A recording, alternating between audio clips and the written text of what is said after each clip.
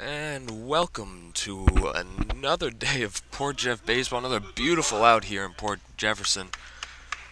And today we got a good game. We got Port Jeff against Center Moriches. We're going to have Luke Filippi starting for the Port Jefferson Royals. And just before we get into this game, allow Luke Filippi kind of warm himself up. Let's talk about a couple keys to the game. Let's talk about a couple keys of the game of kind of what the Royals have to do in this one to secure a victory. Obviously, Center Moriches a little bit better team, but you really want to see a couple things you want to see here is kind of carry that momentum from yesterday. So obviously a big win against Southampton yesterday. Final score of that game was 13-6. So you really want to see that offensive momentum from yesterday, kind of bring it into this game and allow themselves to propel themselves. Probably maybe two wins in a row. That would be huge for these Port Jefferson Royals. And the next key we got here is apply pressure early and kind of have the same approach. So on the offense, kind of want to have that same approach, that aggression, but patience as well. You want to see them working counts, but if they get a pitch that they like and really driving that pitch, getting players on pace, moving players over, whether it's from steals or, whatever, getting those players in the position to score and then bringing them in. They were able to do it yesterday, so let's see if they're able to do it today. And last thing I got is to kind of keep a clean defense. Yesterday we saw, not a lot of mistakes. They kind of took that practice time that they had in between games and really worked on that defense, making sure that everything was clean and really nice and smooth for them.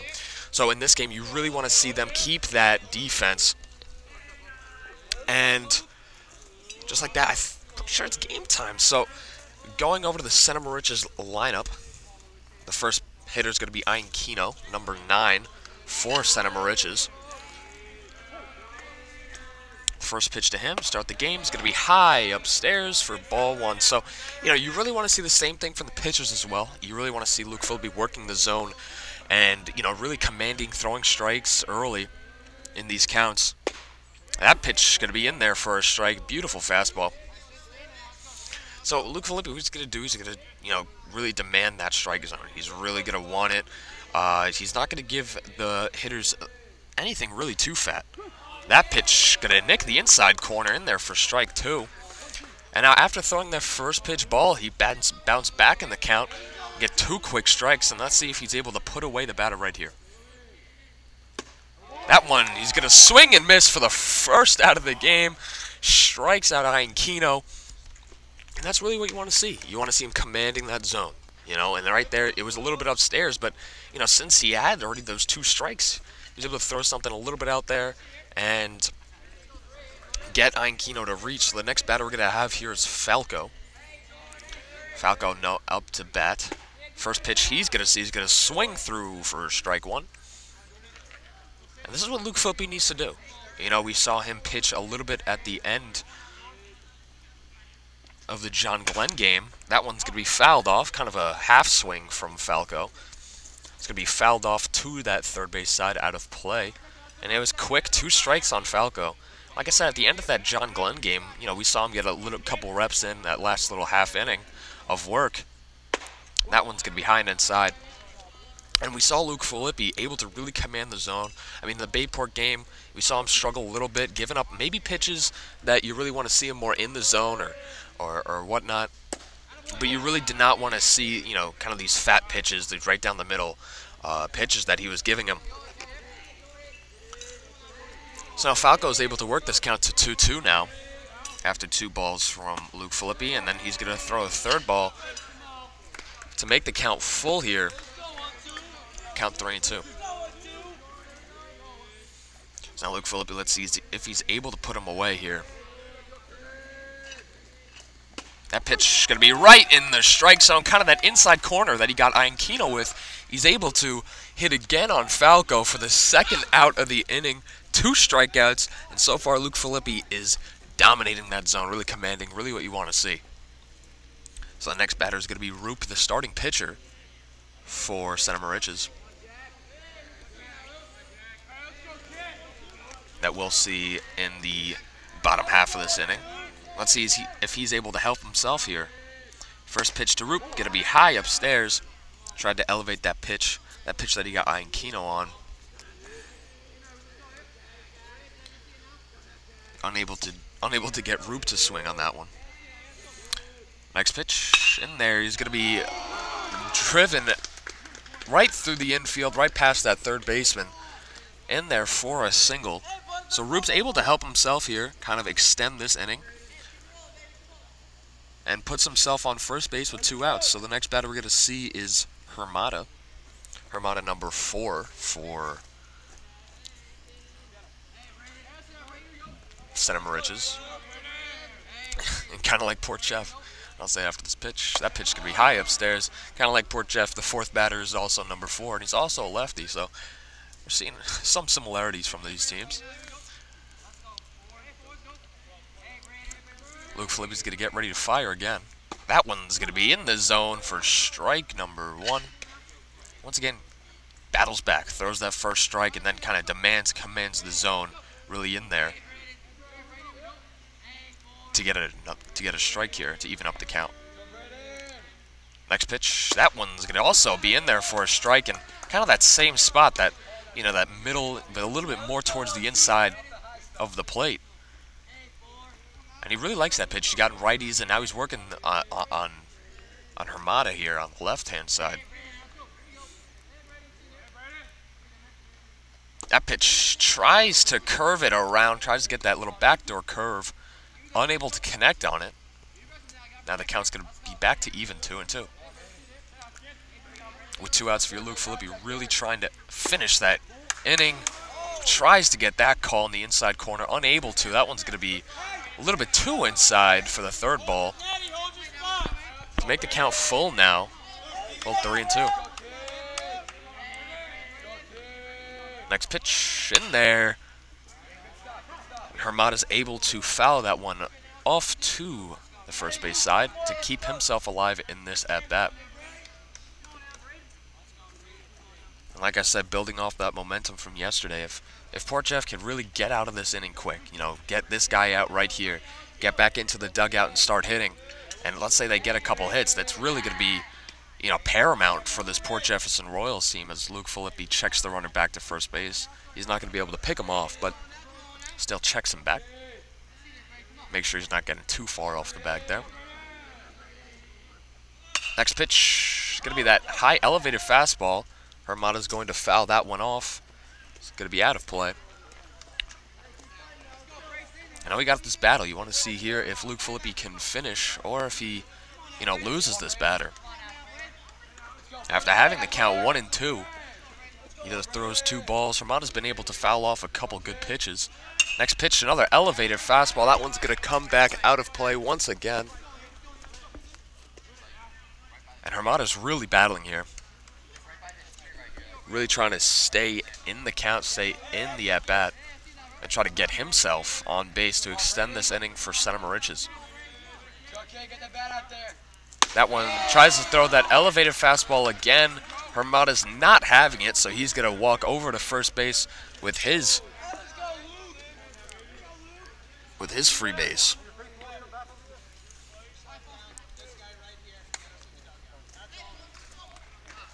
So now next up for Center Moriches is going to be Foster. First pitch to him coming in. That one's going to be low for a ball. Kind of spiked that one. And something that we'll see from Luke Filippi today, see if he works it in a little bit more, is that changeup. Once again, I said this yesterday with Tommy Yost. They've really been working on that pitch, trying to get that one down and really make it effective. You see that one's going to be ground towards Owens. Owens going to throw the ball to second base. Joey Ronica is going to be there at second base to catch the ball for the force out, and that's going to do it for the top half of the first. Center Moriches does strand 2 runners. But you saw, Luke Filippi in those first 2 batters really strike him out, and he started off really strong and was able to, get 2 quick strikeouts. And now we'll be able to see what Center Moriches does on their defensive stand. We'll see Roop come into the game. We'll see him be the pitcher. And the lineup that the Port Jefferson Royals went with yesterday, they're going to kind of replicate that today because it had a lot of success. And this lineup, you know, it's really driven to get some early offense and really looking good so far. You have Luke Filippi being the leadoff. Then we have Joey Aronica. Obviously, he's going to probably get on base. Luke Filippi, you always count on him to get yourself a hit whenever you need it. Like I said, Joey Aronica, with his small stature, he's able to really work counts and, you know, get him on base via the walk. And after that, you know, Tommy Yost is going to be the 3-batter today instead of the 4, and James Grunfelder is going to take that 4 spot. You know, Tommy Yost has been pretty successful as of late, seeing the ball pretty well. Yesterday we saw him get 2 singles, and, you know, get 3 RBIs, I'm pretty sure, in that game. He's featured on Access Baseball, which is pretty cool. Found himself on Access. So he's been successful. He's been seeing the ball well. And then Grooney's going to kind of round up in the top 4 hole there. That kind of cleanup role. So like I said, we're going to see Roop here, number 24 for Center Moriches. He's going to be the starting pitcher. And we'll see what he's able to do and how he attacks this Port Jeff offense. We saw a pretty dominant first from Luke Filippi, so we'll see if Roop's able to kind of replicate that and kind of, you know, punch right back. Or, on the flip side, we'll see if Port Jeff is able to carry that momentum from they had yesterday, that offensive momentum that put up 13 runs. Which, no matter what team, 13 runs is a good number. That's a really good number of runs. They really felt confident at the plate there. Working a lot of walks. Yes, the pitcher from Southampton have a little bit of control issues from time to time, but, you know, they were able to make it work. So obviously Luke Filippi is going to be up first. The classic pitcher versus pitcher duel. First pitch to Luke Filippi is going to be outside for ball 1.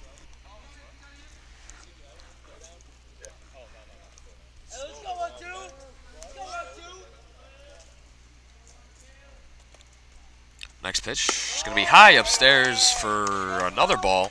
Early on this count, 2-0. Roop not throwing that first pitch strike and then unable to bounce back for the second pitch to throw another strike, but we'll see what he's able to do now.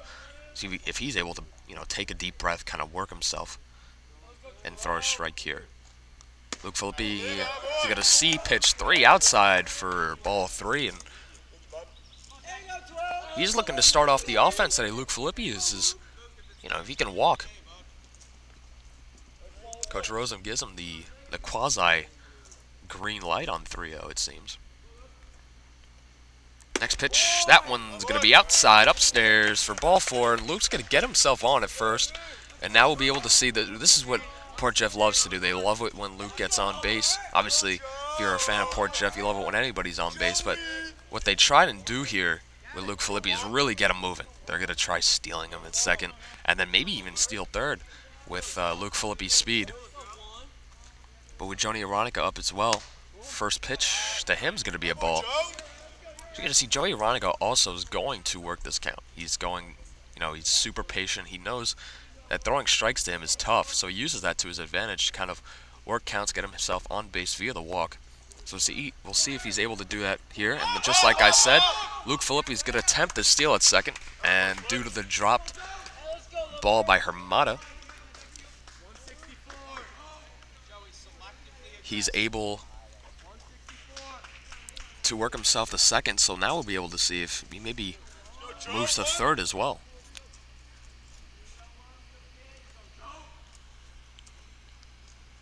Luke's not going to steal, and Joey's going to see that pitch in for ball 3.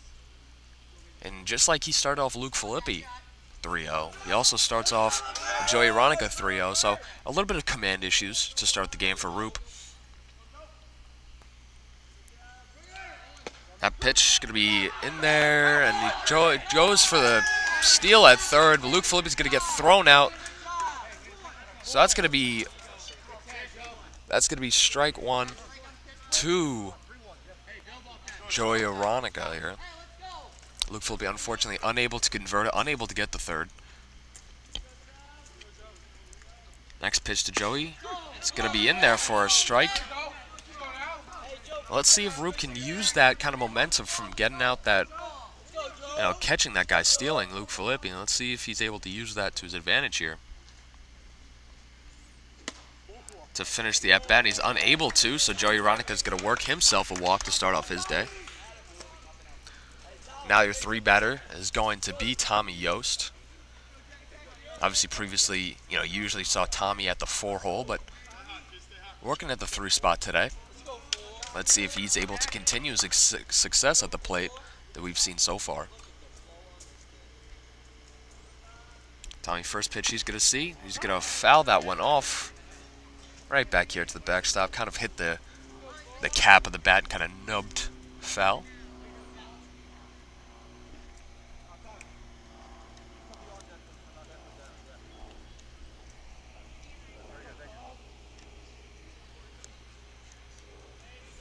Umpire just maneuvering Port Jeff players, telling them where to stand to be on deck. And we're ready to get back into action here. Next pitch is going to be outside for a ball.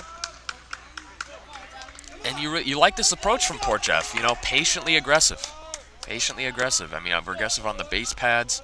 Luke Filippi, maybe that's a play that you look back on at the end of the game. Maybe that's something you change, but I mean, it's really what you want to see. That pitch kind of lines up the strike zone there.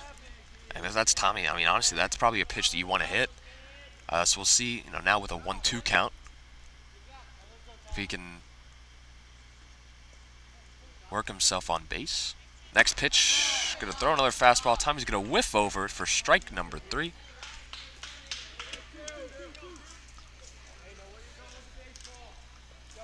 And now we have 2 outs for Port Jefferson Royals. Now James Grunfelder up at the bat. And I was talking with Coach Filippi for the Port Jefferson Royals. That one, he tries to loop that one in there, unable to get it into the strike zone, in for ball 1. So I was talking to Coach Filippi the other day about James, and early on in this season, obviously, he's been slow so far in this season. Yet to find anything really successful for himself, but when he connects with the ball, it's gonna be special. It's he has home run potential, real home run potential, and he's real pop off that bat. And what we were saying is once he explodes, once he gets that offensive touch, he's really gonna look very good, and he's gonna be one of these players for the Port Jefferson Royals that you're really gonna want to see. You're really gonna want it, and that's why he's up there. That's why he is, hitting 4th. That's why he started the year hitting 3rd, because he's a big part of this offense. So if we can if the Port Jeff Royals can unlock him, as he's going to kind of nub that one over to first base. First baseman's going to step on first to end the inning. And that's going to end the inning. And in the bottom of the 1st for the Port Jefferson Royals, the Royals do end up stranding Joey Ioannika. Like I was saying, probably with that steal 3rd that, Luke Filippi gets caught on. Maybe that's something at the end of the game if this doesn't go in the way of the Port Jefferson Royals. And maybe say, maybe I don't steal him there.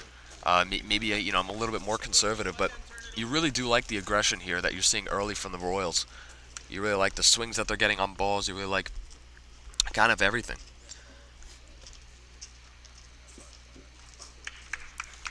So we'll see now how Luke Filippi can continue his day. So last inning he had 2 strikeouts. Let's see if he's able to continue that success here. And he's going to be facing the 6, 7, 8 batters for Center Moriches. He's going to be facing Morris, who's hitting 6th, Koloski hitting 7th, and then DeRosa in the 8 hole. So we'll see what he's able to do.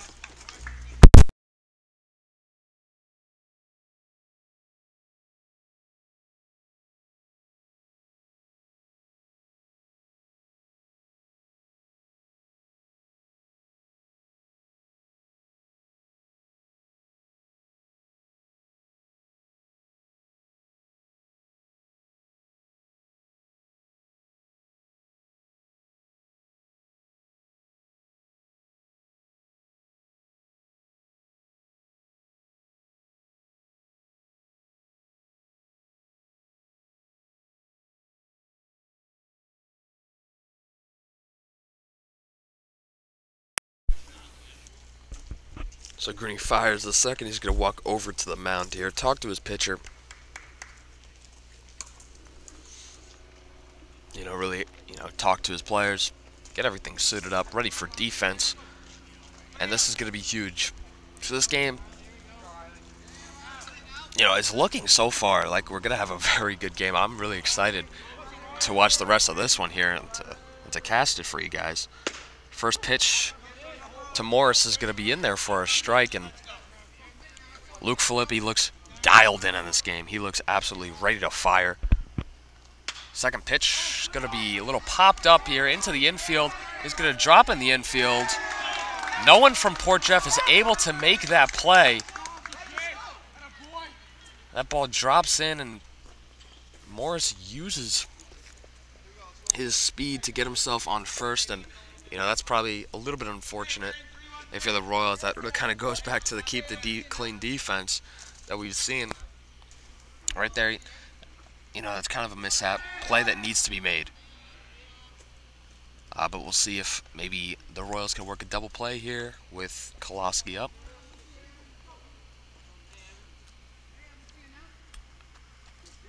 So first pitch to Koloski, is going to lay down the bunt. Not going to be able to make the play at second. So Morris moves out. So Morris is going to move to second base with that one. Koloski kind of gives himself that sacrifice bunt to move that runner over. Successful. He bunts it. Really wasn't trying to get the hit. Really just was trying to get the bunt down. He was able to do that, get the runner over. We have DeRosa up for Center Moriches. First pitch to him is going to be high upstairs for ball one. And, mentally, when you're thinking, you're thinking mentally for these, for any pitcher, a play like that, that kind of just drops in the infield. A play that probably should be made, is that one's going to be low and outside for a ball.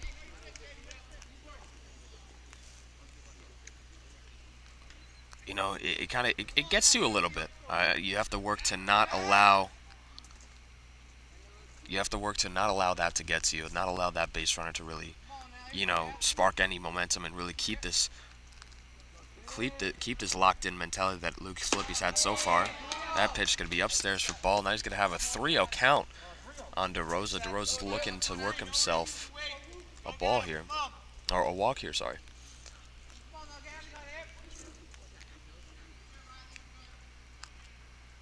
Next pitch going to be upstairs for ball 4, and DeRosa's going to work himself onto first for a walk. And we always kind of harp on this. DeRosa's going to talk to Filippi, and just to settle him down, not just to remind him, hey, don't let that play get to you, and that you really need to attack on this 7, 8, 9 batters. That's something that Coach Rosen loves to talk about, loves to harp on, really getting these bottom of the order guys out.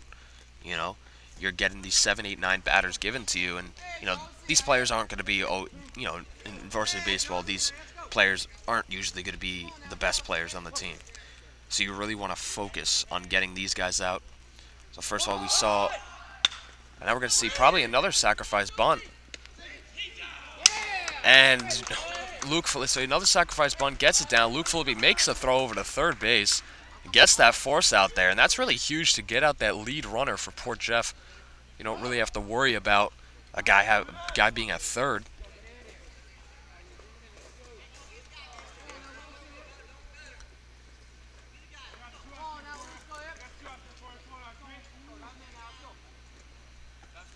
So now we're back up to the first. Ian Kino, we're back up to the top of the order for Center Moriches. Ian Kino, last time he did strike out, if you remember, on that kind of high fastball. And this could be huge for, Center Moriches here.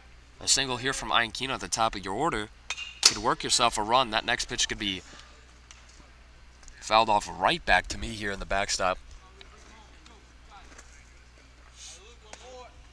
Luke Filippi really bearing down now. Really focusing in, trying to get this batter out. Already has 2 quick strikes on Ian Kino. Let's see if he can work on himself another strikeout here. Next pitch, gonna get that elevated fastball to end the inning. Ian Kino falls victim to it once again. And that was huge right there for Luke Filippi. You had 2 runners on there, first and second. And not allowing Center Moriches to get any runs there, not allowing them to push any across, allowing them to strand those runners really huge, and not allowing. And now you're allowing Port Jeff to get up, back at bat, and make some offense for themselves to really put themselves probably maybe ahead, because we saw some early control issues from Roop. Obviously, he was able to get Filippi caught stealing at third.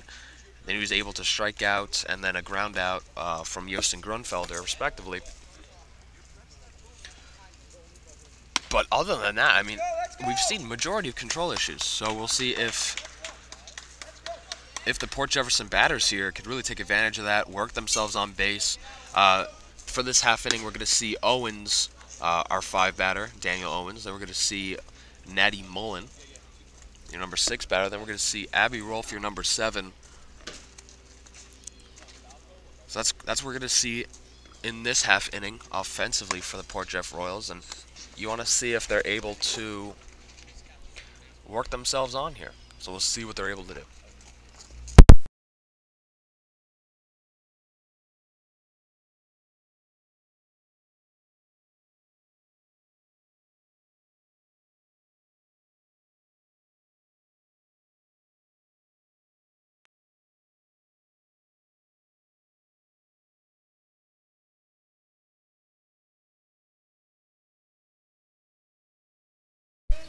So like I said, we're going to see Owens, number 10, up for the Port Jefferson Royals.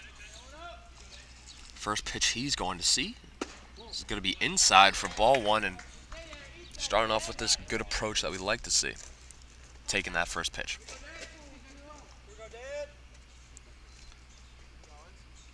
Roop's going to fire once again. That one's going to be in there for a strike. Even up the count 1-1. You know, Owens, obviously that was a strike. That's an Owens pitch. He didn't really like that. Didn't really like that pitch. He didn't swing at it. That next one is going to be high upstairs for ball number 2 now.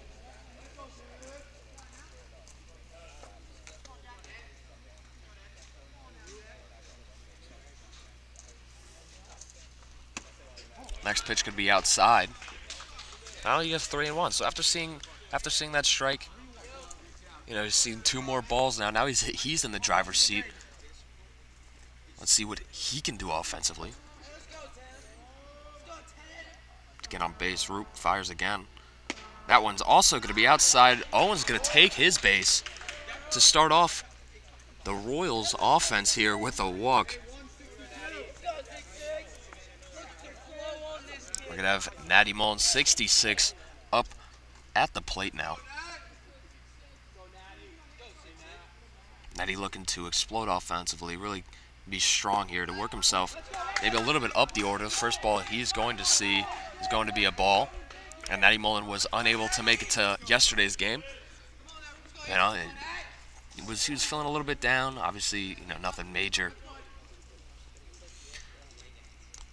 No, but he was feeling a little bit under the weather, so got the day off, and today's coming back in and looking to fire on all cylinders. We already saw him on defense maybe make a little bit of a mistake not being as aggressive on that ball. Next pitch is going to be a strike, though. Anyone's going to see that pitch. He's going to fly it foul right back here.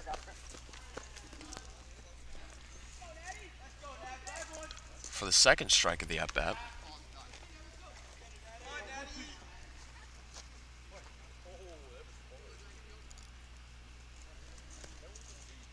He's going to see another pitch. It's going to be outside. It's going to come back to the backstop here, and you know, it's going to be a free pass for Owens to move himself to second base.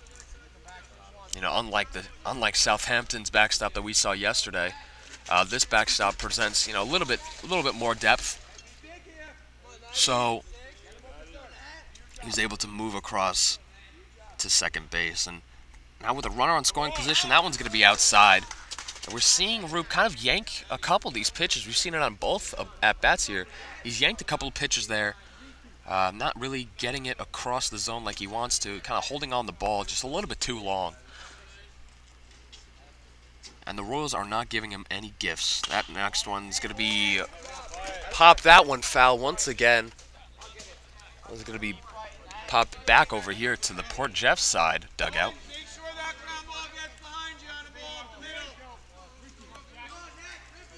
We have full count to Natty Mullen. Let's see this. This is very big for the Port Jeff Royals. You really want to, bring this runner in from second base. That one, Natty, gonna see that one. He's gonna swing at it, strike out. It's gonna stop this offense for now. Roop was able to do with that strikeout. Maybe that was a pitch that, Natty looks back on. Maybe decides maybe he shouldn't have swung at it a little bit high, but now we're going to see if Abby can be the catalyst to this offense. First pitch she's going to see is going to be low in there for a ball.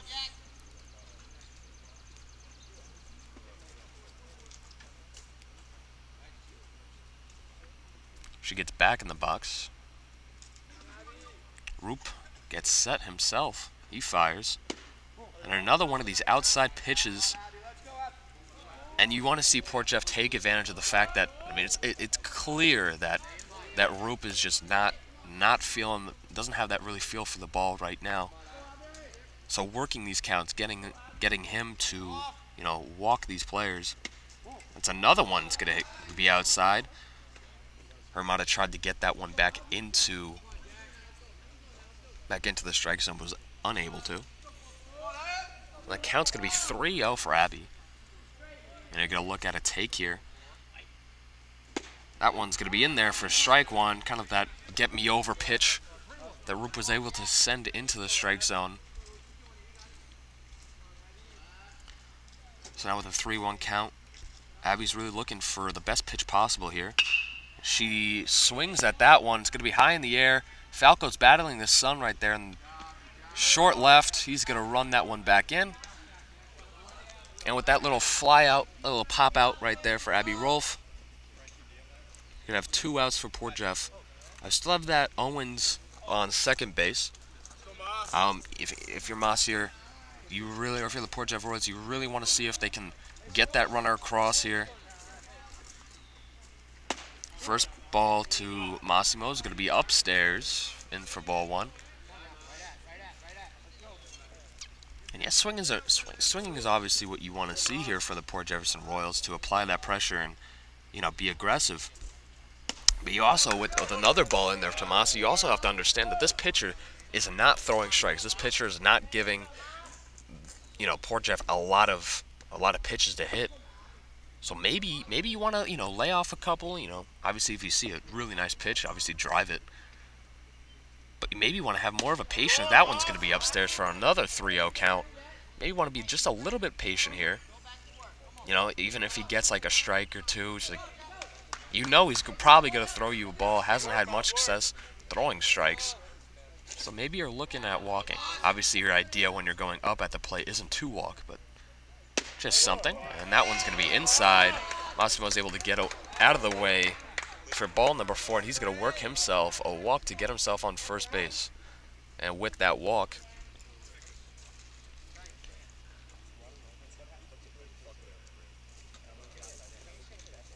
the coach for Center Moriches is going to walk out there, talk to his pitcher, because he's noted, clearly, obviously, he's just not feeling the ball right now. Really kind of get him refocused, settle him down, not allowing him to, get too pissed off at himself, and really just refocus, reset, and throw some strikes to these next batters.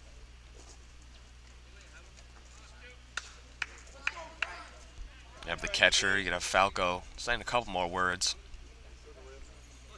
to Roop. The next batter we're going to see up for Port Jefferson is going to be number 5, Frankie D'Elia.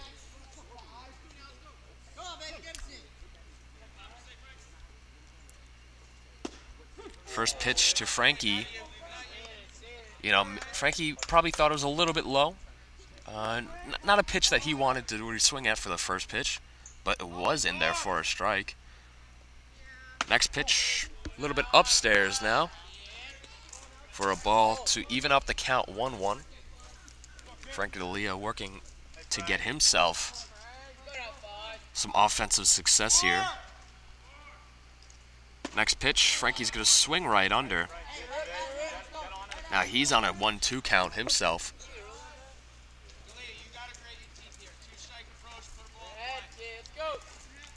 And Frankie Lee's got speed, so if he's able to, kind of ground that one, I mean, he's going to pop that one foul. Battling now, keep himself alive to keep this offensive side of Port Jeff Royals going. But, like I was saying, he's fast, so if he's able to ground one, he's able to use that speed to get himself possibly onto first. That pitch a little bit upstairs, but he takes a hack at it anyway. Battles it, fouls that one off over the third base side, out of play. That's probably a pitch that you look back on. Maybe, don't swing it next time, but he's still able to stay in the batter's box here. Next pitch is going to be outside for ball 2 to even up the count at 2 balls and 2 strikes. Now we have one of the best moments in all of baseball. 2 balls, 2 strikes, 2 on with 2 out. If only the score was 2-2, we'd have all the 2s, but Frankie's going to foul that one off. We're seeing a lot of foul balls from Port Jeff Royals today. Out of play into kind of this forest that we have kind of behind us. So we're seeing a lot of foul balls, which means that the Port Jeff Royals are swinging at a lot of pitches. We're seeing at a lot of foul balls. Next one, that's going to be lofted over, and that one could drop, but the right fielder able to really get in there.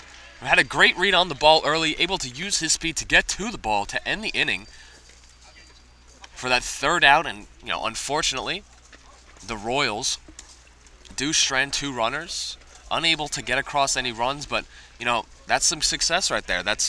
It shows that they were working the counts, they're getting on base. Obviously, you'd rather see them get a runner in there, but unable to. That kind of goes, to that situational hitting that I was speaking about before.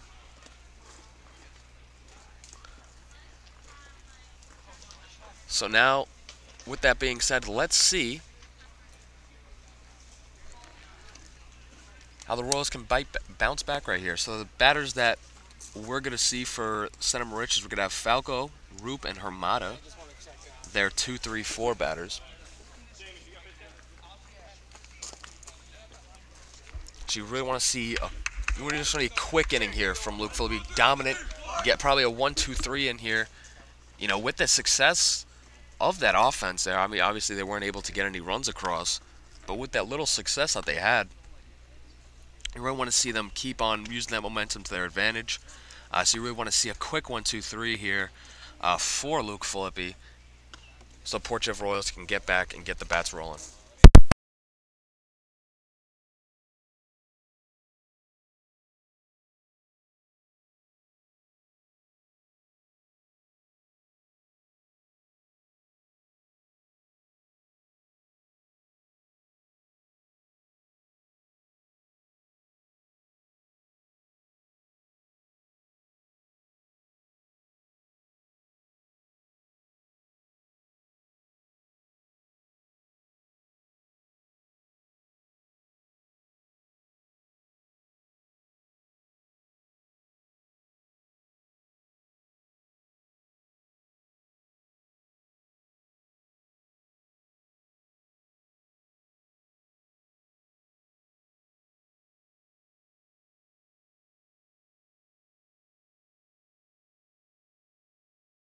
He's going to throw that one down to end the warm-ups.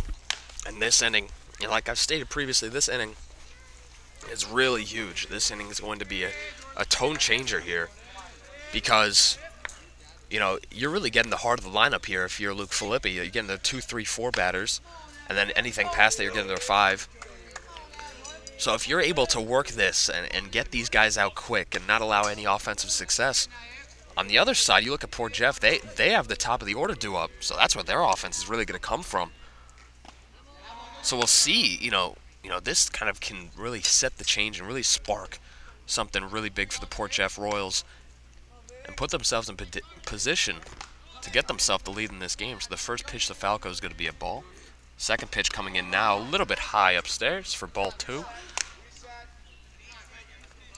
Coach Filippi is going to tell his pitcher just to reset. You know, throwing 2 balls in a row. Really want to make sure he barreled down, throw this next pitch, strike.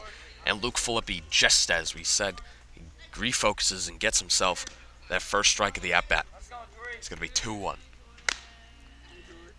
Next pitch is going to hit that inside corner. Falco thought it was probably a little bit inside. He kind of scoots out of the way. But due to Falco being pretty close to the box there, pretty close to the plate, unable. Ooh, and Luke Filippi tries to work that curveball into the zone. That one kind of sits in the ground, stays there for ball number 3. Got a full count to Falco now. Next pitch, Falco is going to ground that one over the third base. Owens not going to be able to make the play. Kind of bounced right off of his glove up into the air. So Falco's going to get on due to that error from Owens right there. He's going to be on first base.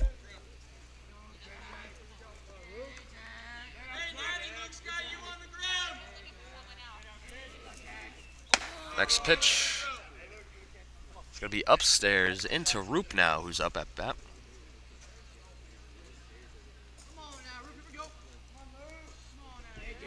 See if Roop can help himself out. Last time he was up, we saw him work that single. And we saw Grooney try and throw back to get Falco, pick him off back at first. Close play, unable to make it though. So he's going to stay there at first.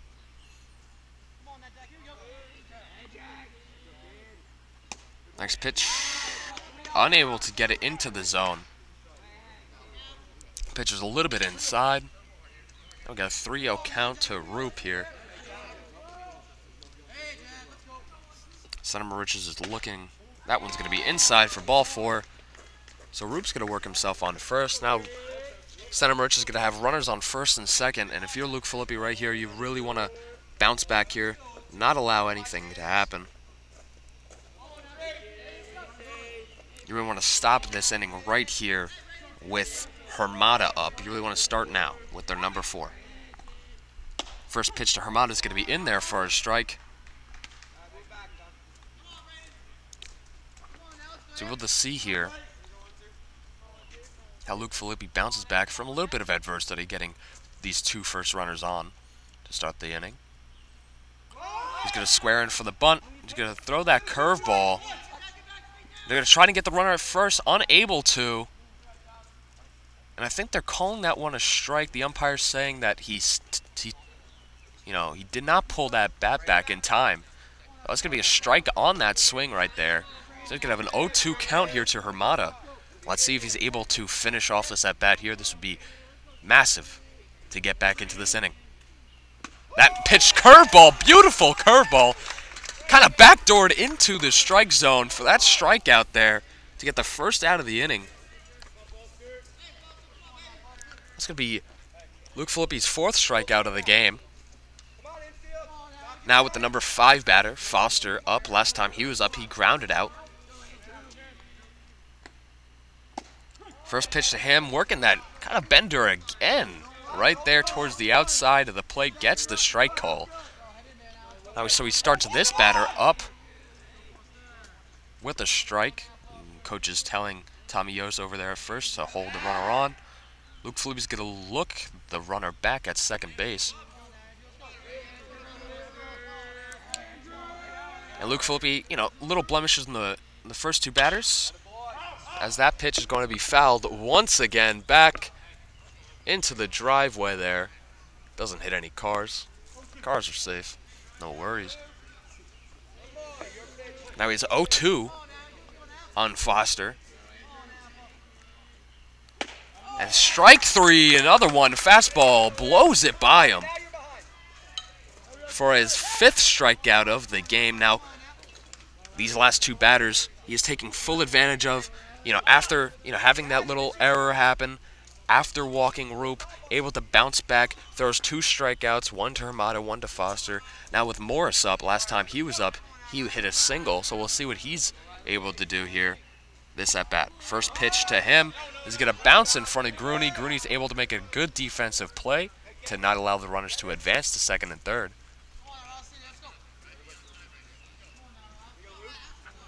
But that That was a low ball, so it's going to be ball 1 to Morris.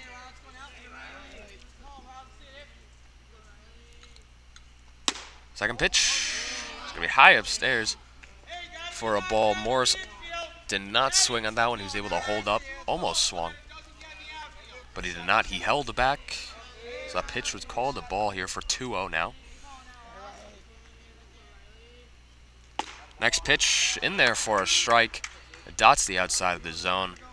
Not a pitch that Morris really trying to hit there.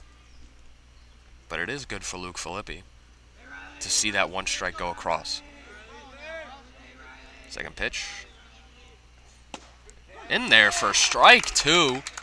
Working that inside, that over-reliable on these righties. That kind of inside right on the black there. You know, the Center Moriches players are not swinging at it. They think it's a little bit inside, but it's getting called this game. Next pitch. He's going to get the swing and miss to end the inning to strike out. So after getting that walk, after seeing that error that allowed Falco to get on, Luke Filippi fires back with 3 strikeouts to end the inning. And like I said, that inning is huge because now we're going to have the Port Jefferson Royals see the top of their order. So we're able to see if they're able to capitalize on offense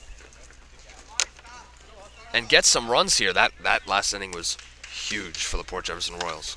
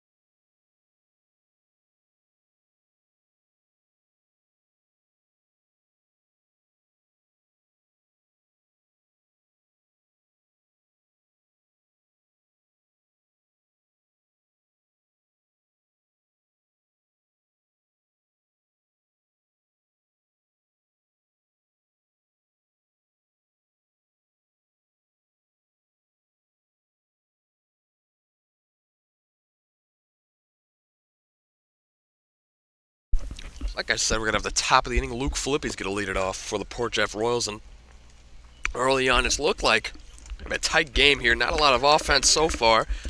But Port Jeff Royals look to change that here at the top of their order at the plate. So last time Luke Filippi was up, he was able to work himself on with a walk. Obviously, he was caught stealing third. That kind of ended a little bit of momentum in the first inning, but we'll see if he's able to get on base again. First pitch to him is going to be in there for a strike.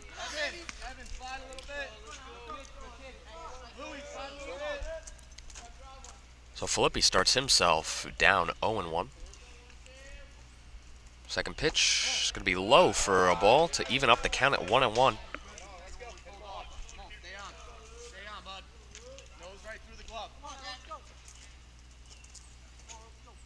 Luke Filippi, he's the third pitch of the inning. He's going to take that pitch, drive it down the third base line into the outfield. Luke Filippi, he's going to stand up at second base with a stand-up double. And just like that, the Port Jeff Royals have a runner in scoring position to start the bottom of the third inning. So now, once again, the Port Jeff Royals are in a position to get across a run here. Last inning we saw it with Owens, who worked himself on and moved on to second. This time we see Luke Filippi drill a double down that left field line. So now with Joey Ronica up, he's going to square out for the bunt. Wasn't trying to really bunt it, so he pulls it back, but the ball was in there for a strike.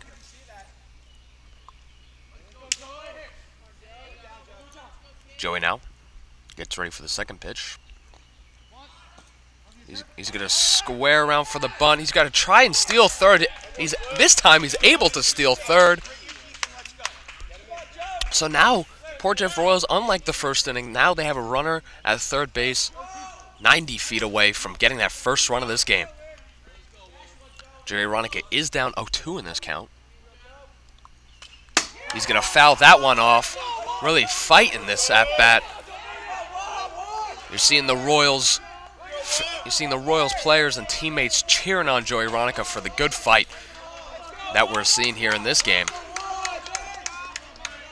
As they continue to cheer on. And Joey sees that ball outside for ball number 1. Now we have a 1-2 count. And he starts his bounce back here. Next pitch Joey's going to see. That one's going to be outside again for ball 2 to even up the count. So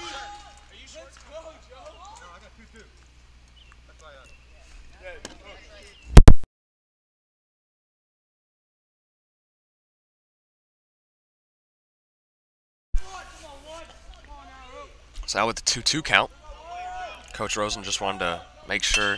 And that one, he's going to foul that one off to the first base side, keeping himself alive in this at-bat here. And the fight that we've seen from Joey Ronica is really what you like to see, really that approach that you want to see from the Port Jeff Royals is fighting off tough pitches that you see. You know, you might get down on a count, but working the count back to even now, 2-2. Next pitch, he's going to swing over it for a strikeout, but not after a good fight up there. So now the next batter is going to be Tommy Yost, looking to continue his success this season once again and maybe drive in and get in another run in for this Port Jeff Royals for this year. First pitch he's going to see, a little bit upstairs, but he takes the hack anyway for strike 1. Maybe not a pitch you really want to swing at, but he offers anyway.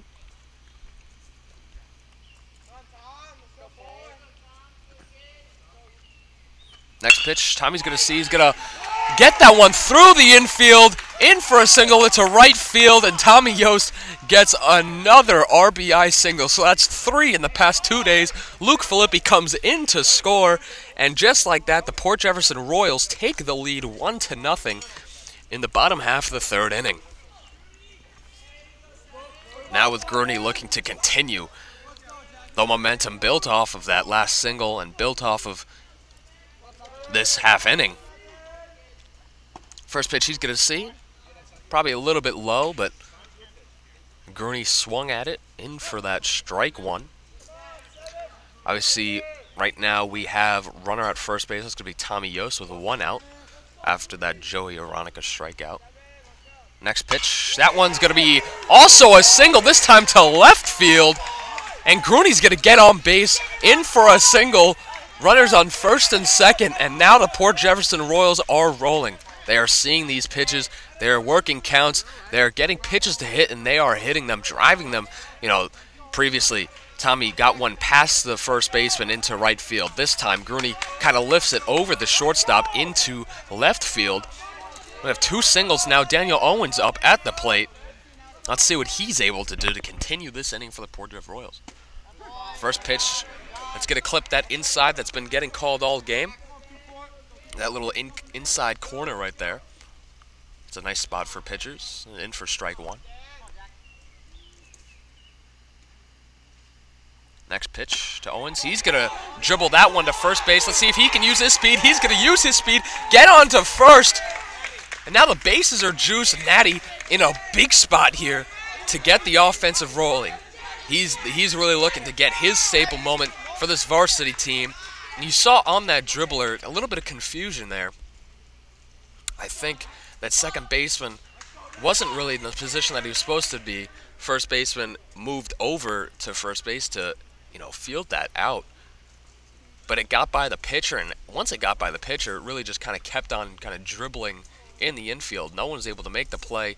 Owens was able to reach first safely there with that single to juice up the bases. Obviously, that single wasn't anything to bring in any runners, but now that job lies in the hands of Natty Mullen. Let's see what he's able to do with the bases juice, 1 out. First pitch coming in. It's going to be outside, sees that one, and keeps the Port Jefferson approach that we've loved to see this past 2 days of really working counts, looking for their pitch, and once they get their pitch, really driving them.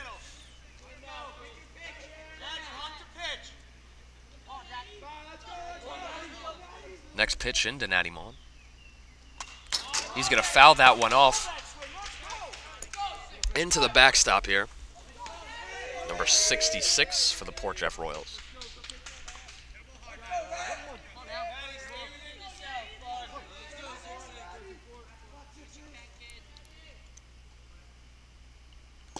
Natty, next pitch he's going to see is going to be low in there for a ball. It's a good take from Natty. And you see Rosen keep on exclaiming, stay within yourself. Don't let the moment get too big for you. Try not to let the pressure get to you. Just keep it in yourself. That one's going to be lifted up towards first base. First baseman drops the ball. Since the first baseman dropped the ball, Tommy Yost comes in to score. And maybe they're talking about, because I think the umpire called an infield fly. Let's see what the umpires call here. This could be huge. Could send Tommy back to third, but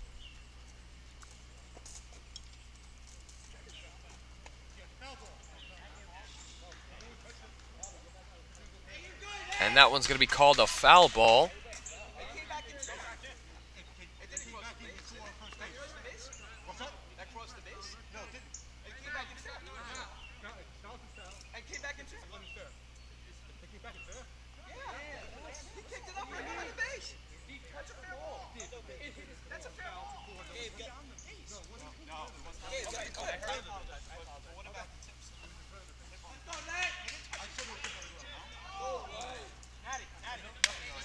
So that run isn't going to score. They talked about it.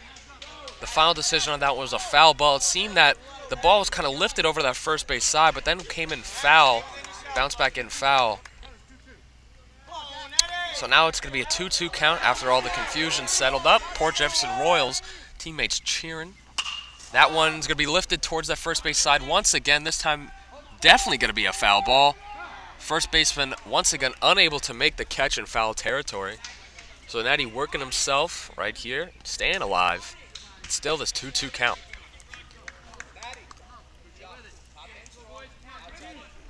So like I said, it was a little bit unclear with the umpires talking to that ball looked foul to begin with. It came back into fair territory, bounced in fair territory, but it bounced in fair territory before first base and then went out before first base as well,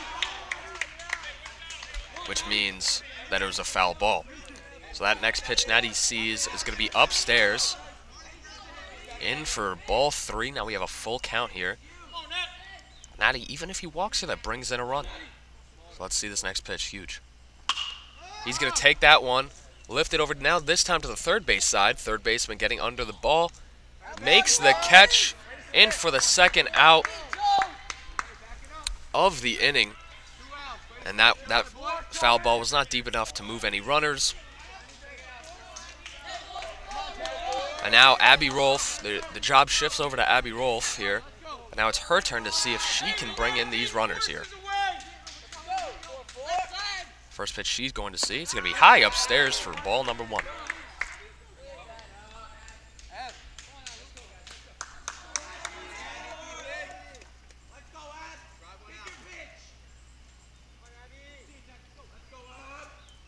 Next pitch, in upstairs once again. For now 2-0. So now Abby Rolfe absolutely in the driver's seat on this one.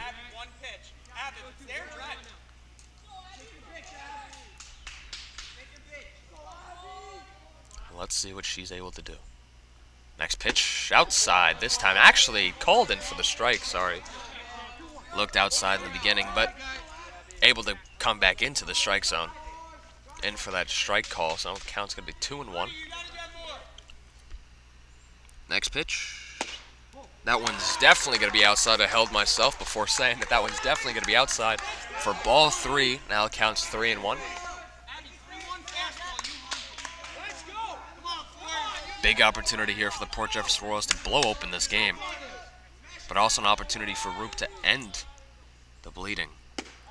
That one is going to clip that outside corner. In for a strike. Count's going to be full now, 3-2. And, on the side of Center Moriches, you're looking here, and this is a big opportunity to end this, shut the door on this inning. Next pitch, Abby Rolf's going to swing over it for strike number 3 to end the inning. So unfortunately, the Royals are unable to skate across any more runs. They do find themselves 1 run in that inning, though. You know, to get the game now to 1-0. Now in the top of the 4th we're moving to. And, you know, right there, you know, just a little bit unfortunate. You saw, you know, Mullen pop that one out in foul territory. It was, you know, he gave himself a couple of chances, popped it out a couple times to foul territory, and the catches weren't able to be made, but this time they were when he fouled it over to that third base side. And that, you know, that goes, once again, you know, one of the keys that we spoke about earlier in the season is kind of that situational hitting.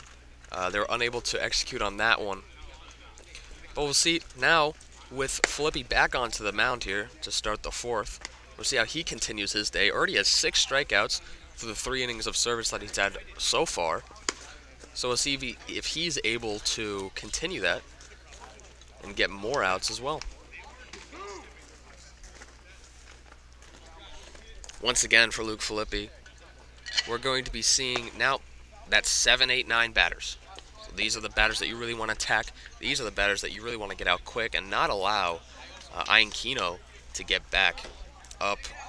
And you don't want to allow the order to flip up back to the top of the order here. Even though he's had success against Ianquino this game with 2 strikeouts still, top of the order do not want to get there. So big focus on getting out these 7, 8, 9 batters in this inning. So let's see what Luke Filippi's able to do. And let's see if he's able to start it off commandingly with the first pitch strike. First pitch. In fact, he is going to get that first pitch strike as it's going to be fouled out of play.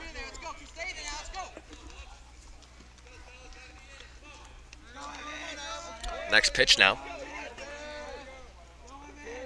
to Kolosky. That one, once again, in there for a strike. So now early on in this at-bat, gets a quick 0-2 count.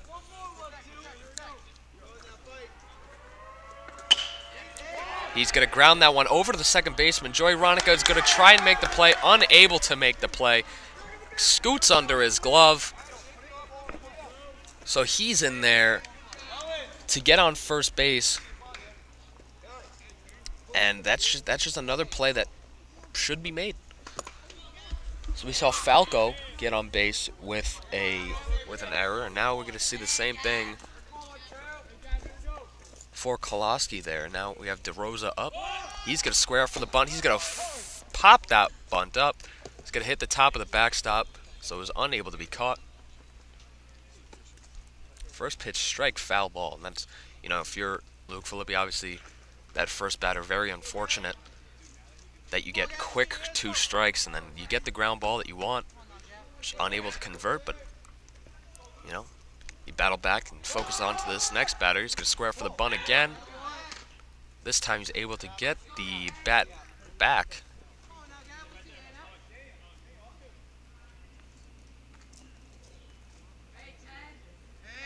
For a ball there. Next pitch now coming in. As you see Owens creeping up. That ball, he's going to... That ball in for a ball again.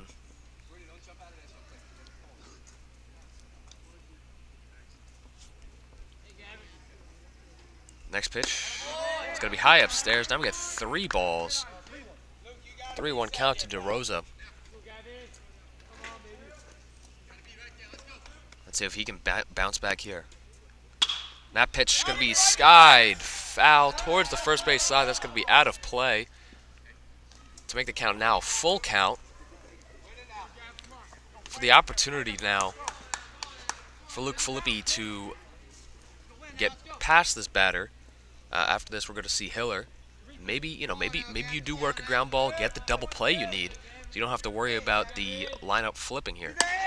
That pitch is going to be high upstairs, in for a walk. That's going to be DeRosa's second walk of the game, so 2 at-bats, 2 walks. Now we're going to have Hiller up, who last time was able to make it to first on a fielder's decision. If you remember, they had runners on first and second, and they made the play at third to get the lead runner. So now once again he's up with runners on first and second. this time with no outs. And this is huge for Center Moriches. This right here is, you know, your setup for a big inning. Already get the first 2 batters. There's 7 and 8 batters. He's going to... Filippi's going to check the runner back to second base.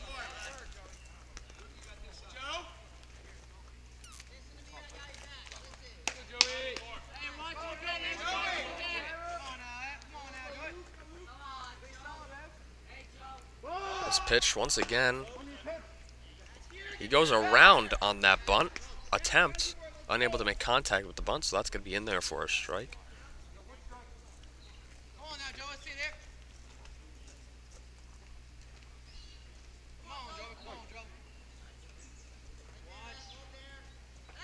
Next pitch, Luke's going to look back at the second base runner once again. Just make sure he's not getting too big of a lead. Don't want him moving off the base too much. He's going to square around for the bunt again. That one's going to be called in there for a strike.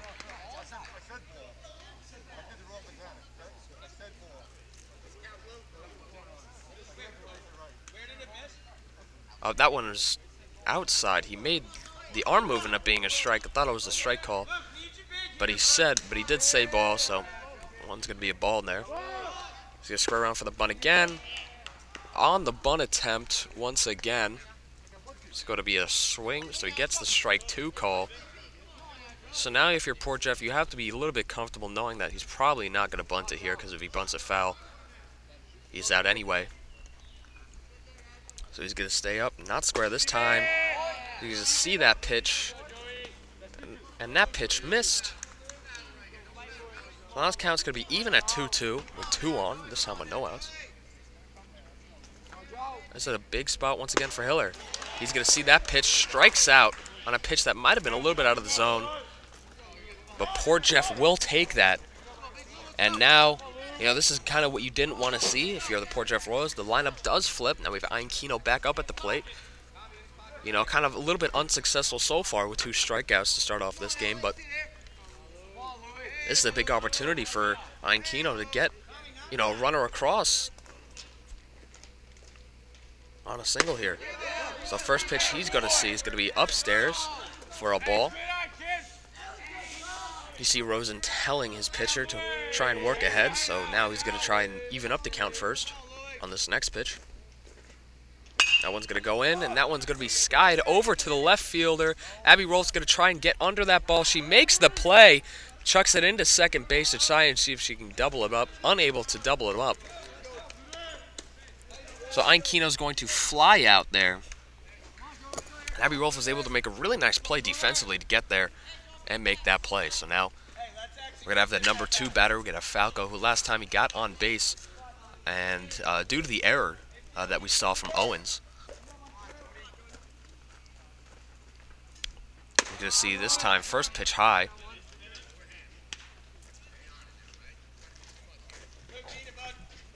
And Falco, if he can work himself a single here, that'll bring in a run, most likely.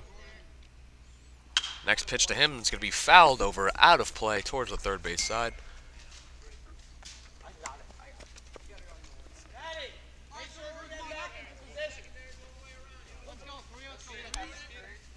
So he gets that first strike after the ball. See if he's able to get ahead now. This one's going to be grounded over towards Natty. Natty, it's going to get past Natty into the left field. It's going to roll into left field. A runner's going to end up scoring there. And that goes once again. That's a play that should be made. That is another play that should be made. And unfortunately, since it wasn't, this time you saw that runner come in to score to tie up the game 1-1 now. If you're the Royals, if you're Luke Filippi, you're looking at that and you know that shouldn't have happened. It's a little bit annoying, but he still has to battle back here with now he has Roop up. So Falco does reach again on another error. That one's going to be grounded over once again to that left field side. Natty's not able to make the play. Abby's going to try and throw it in. They're unable to get the runner coming home. So now Center Moriches is looking to pour it on, and this is what I was saying. You did not want to let this happen right here. So now Center Moriches takes a 2-1 lead in this game. That time it was a single from Roop. That's 2 singles and a walk from Roop, so very successful day in the batter's box. So now Center Moriches leads 2-1. That pitch, first pitch going to be ball. He tried to get that backdoor curveball, unable to get it back into the strike zone for ball number 1. Next pitch, going to take it straight this time, direct into the strike zone, not try to anything fancy. In for strike 1 to battle back. So Hamada, last time we saw him up, he was a victim of the strikeout. That pitch going to be inside, a little bit too inside for ball number 2 now.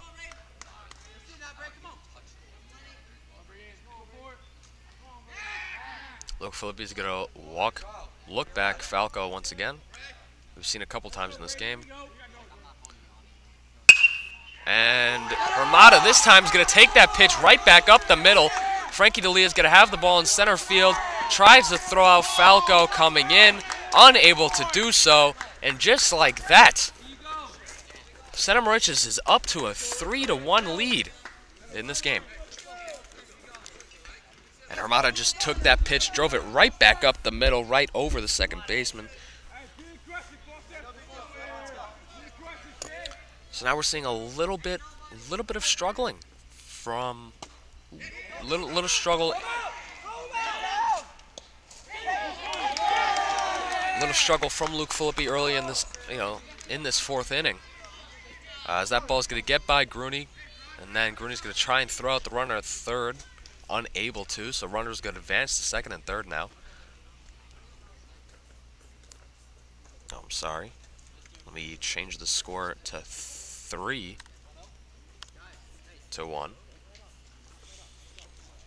Rosen's going to walk up to his pitcher.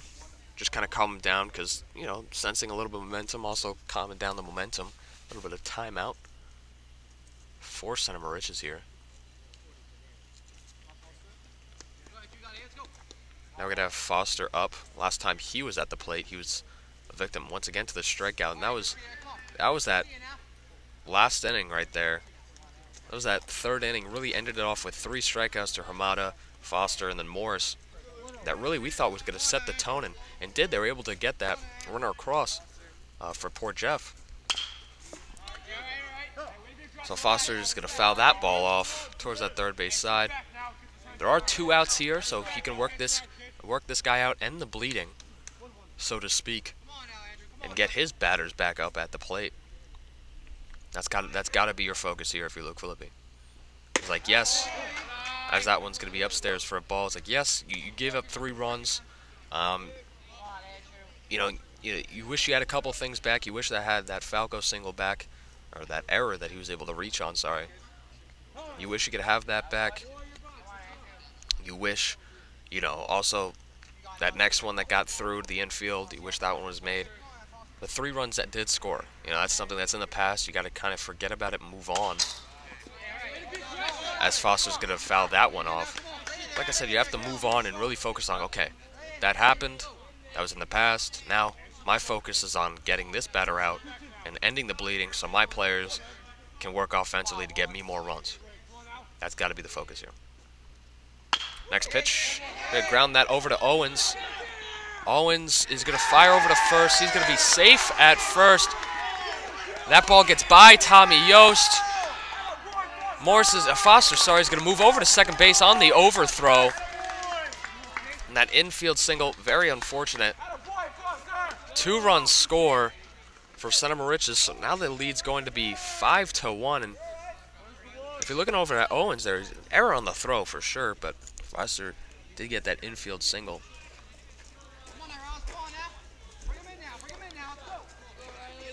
So that's going to go in as a single, and then he was able to move the second on the throwing error. Luke Filippi now battles to Morris now. First pitch strike.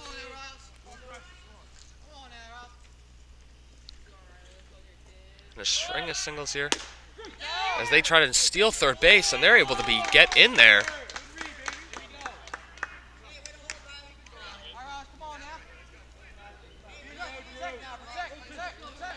See on that throw, Gritty kind of reacts. Maybe he's feeling a little bit of arm pain now. We'll see how that develops throughout the game. And that pitch is going to be taken out towards center field. Frankie D'Elia is able to make a play once again to end the inning. Finally, end the top of the fourth. But that was the inning that Center Moriches really got their foot on the pedal and really were able to, with that chain of singles that we saw from Roop, Hermata, Foster, those plays were made, and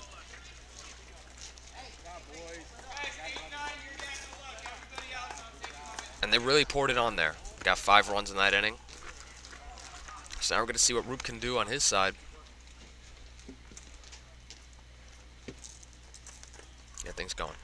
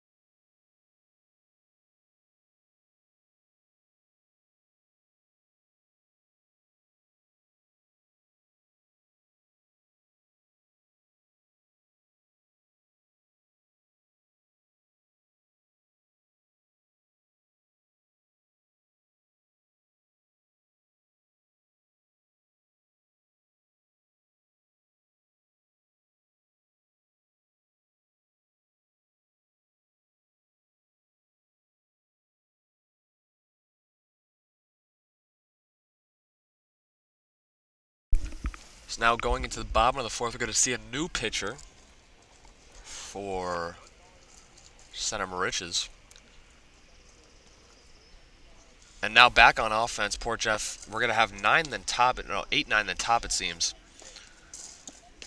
So you really want to, see those 8, 9 batters get on base, allow the top of the order to kind of drive them in.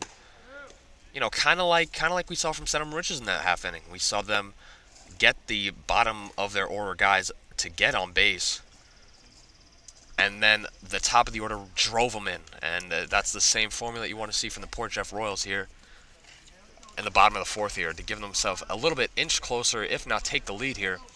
You really want to see some sort of offense here from the Port Jeff Royals, because if they do go down in order, let's say, which you hope doesn't happen, but if they do end up going down in order, you're looking at now a complete momentum swing from what we originally had.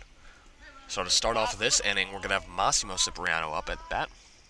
First pitch he's going to see is going to be outside for ball 1, and this pitcher he's a new arm here.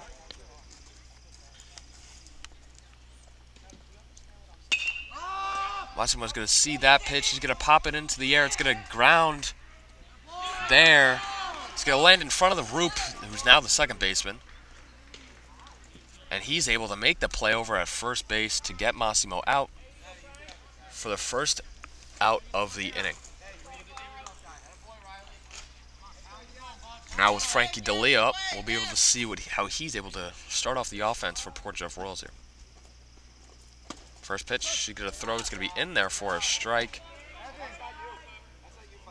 Frankie D'Elia didn't really like that pitch, didn't swing at it, but it was called in there for a strike. Next pitch. Frankie's going to ground that one over to the third baseman. Third baseman throws it over to first. First baseman's able to make the play now for the second out of the inning. And it seems right now that Center Moriches has all the momentum. Before we saw the Port Jefferson Royals bench really be very loud and, and chirping it up and talking and being loud. Now they're more quiet. Now we see the Center Moriches side really more active and more vocal. That first pitch to Luke Filippi is going to be outside for ball 1. Luke Filippi looking to start and be the catalyst of this offense for the Port Jeff Royals now. That pitch, she's going to sky that one out to deep right center field. The right fielder, is able to make that play and almost dropped it there, but he's able to hold on to it, make that play for the third out of the inning. So the Port Jeff Royals do exactly what I didn't want them to do, and they get out in order. We saw 2 ground balls from Massimo Cipriano, got out with that. D'Elia also got out with that, and then Filippi flies out, and that was, it was a pretty good piece, but does end up landing in the glove. So now Luke Filippi's going to get back onto the mound to warm up and see if he can shut the door, not allow any more offense for the Center Moriches team in the top of the 5th.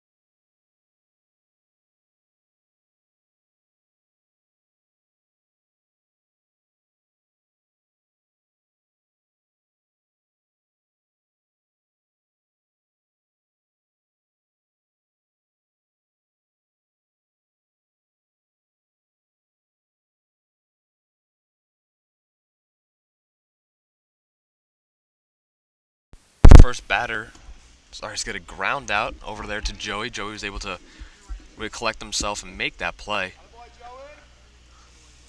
for the first out of the inning. And that was, I believe it was Morris who grounded out there. Oh, wait. We're going to have Tommy Yost get under the ball. The sun got in his eyes, unable to make the play there. So that one's just going to drop in there for a foul. The first pitch strike. It was a long strike, but a strike nonetheless.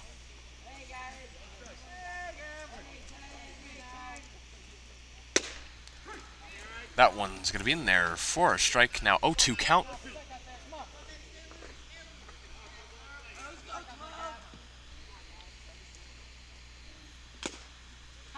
That one's going to be fouled.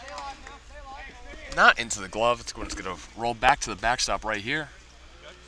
He was going to fight that one off. Stay in the count now for second strike.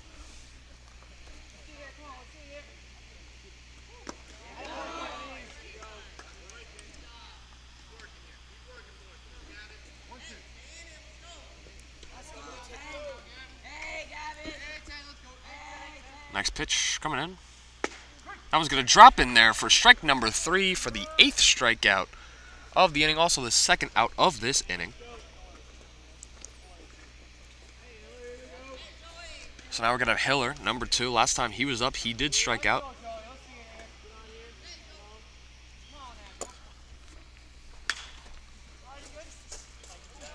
That pitch is going to be fouled out towards that third base side, out of play. Get this first strike, and now, Luke Filippi working ahead on batters. Last 3 batters, you see, we got first pitch strikes to get them on. That one's going to be kind of lofted over to center field. Frankie's going to try to make another great play. Would have been the 3rd in 2 days, but that one's going to get right out of his glove, unable to make that one. So Hiller's able to get himself on with a single. And now we're back at the top of the order. The order flipped once again. Obviously, Don't really want that to happen. Once again, we had the 7, 8, 9 batters up.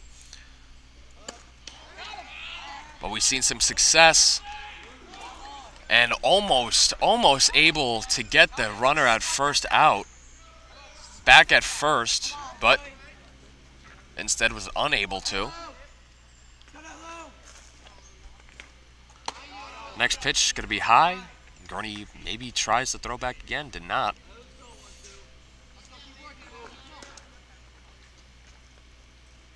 Next pitch into Iankino. He's going to foul that one off. That one's going to go out of play to get into that driveway.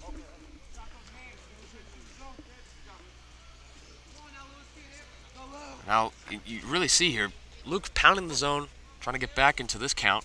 Now it's 2-1. Next pitch to him, once again, right back into that strike zone. That 2-2 count after starting off 2-0, sorry. Really works back, bounced back to even it up. Next pitch to Iankino. That one's going to be lifted over to left field. Abby Rolfe once again trying to get under that ball. She's able to make the play for the third out of the inning. So for that inning, they do strand a runner. They do strand Hiller. But Iankino flies out to end out the inning. And, you know, that if you're the Port Jeff Royals, that was a job success. If you're Luke Filippi, that was a successful job, not allowing any new runs to cross the board and kind of stop the Center Moriches offense in their tracks, not allow any more bleeding to ensue. So now we're going to see the Port Jeff Royals in the bottom half of the 5th inning. Now, let's see if they're able to turn it around. So for the Royals, we're going to have Joey Ronica. We have Tommy Yost and then James Grunfelder up. Those are going to be the 2, 3, 4 batters that we're going to see up into this inning. And we'll be able to see how the offense, how they can start on offense here to get back into this baseball game. You know, and when you look at it, it was really that one inning, bottom of the 4th. That inning is going to haunt the Port Jeff Royals for this game. That's that one blemish, that one kind of, you know, maybe it was a lapse in, you know, focus or whatever it was. But that one little inch that Port Jeff gave to the Center Moriches, they took it a mile. Give themselves a 5-1 lead here. So we'll be able to see how Port Jeff kind of responds, how they're able to get back into this game, push across a couple more runs here to get themselves back into the game. The first batter, Joey Aronica, for this inning is going to get set, get ready to go.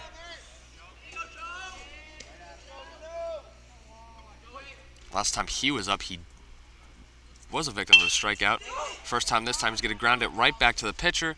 Pitcher's going to make the play over to first. Nice little flip and a quick first out of the inning.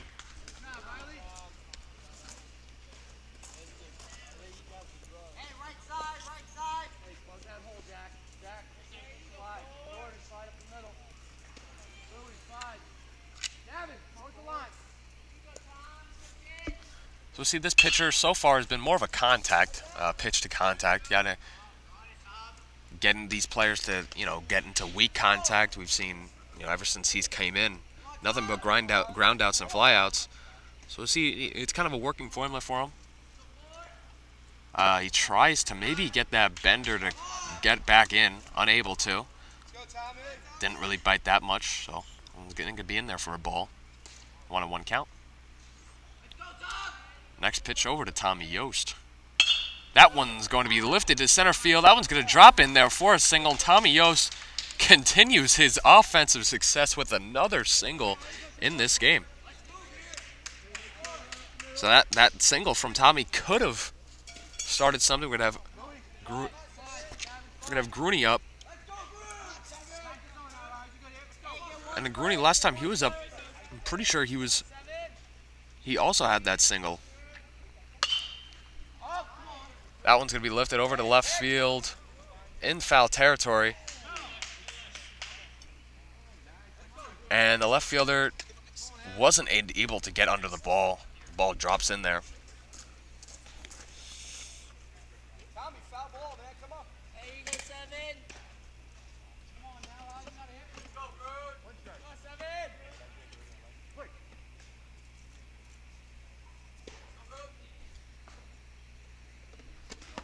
James is going to see that one low. Let's make it a 1-1 count now. Going to take his signs coming in from Coach Vaquero, our third base coach. Gets back in the box. That pitch, he tried to throw that bender, kind of slipped away from him. So he hits James. He moves to first base. Now, Port Jeff has a runner in scoring position now. Now Owens up at the plate with the opportunity to get on base, and that one's going to be fouled right back to the backstop. The first strike.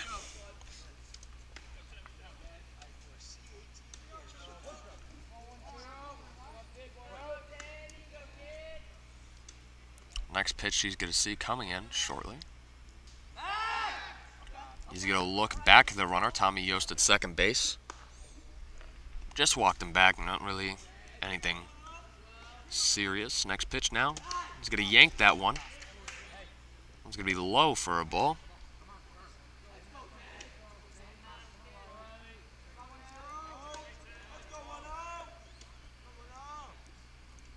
Third pitch of the bat comes in. He's going to take that one, foul it off. A little bit too early to that pitch. It was a nice pitch that he wanted to hit. Maybe go a little bit too trigger happy. And absolutely crush that one foul towards the third base side.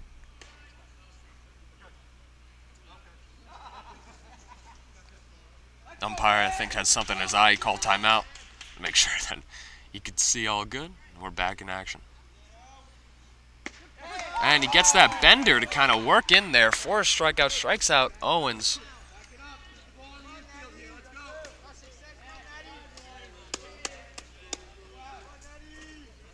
So he's going to strike out on that curveball. Now we have Natty mulling up. He's going to work that curveball again and force the swing out of 66 for the first pitch strike.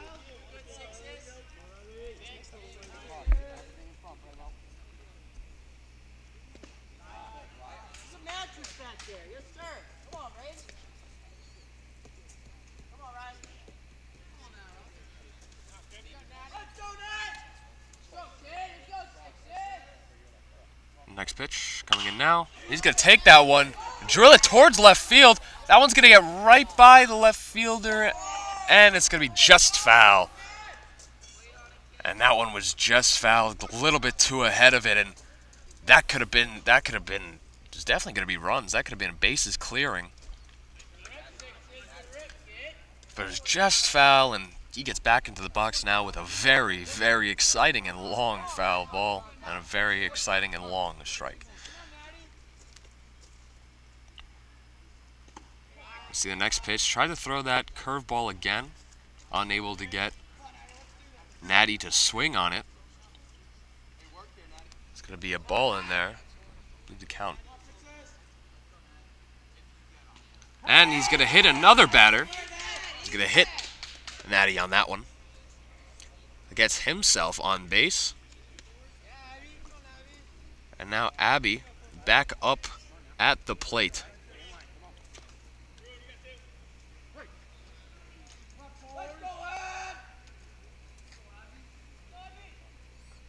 Abby, you can see that first pitch could be outside for ball 1.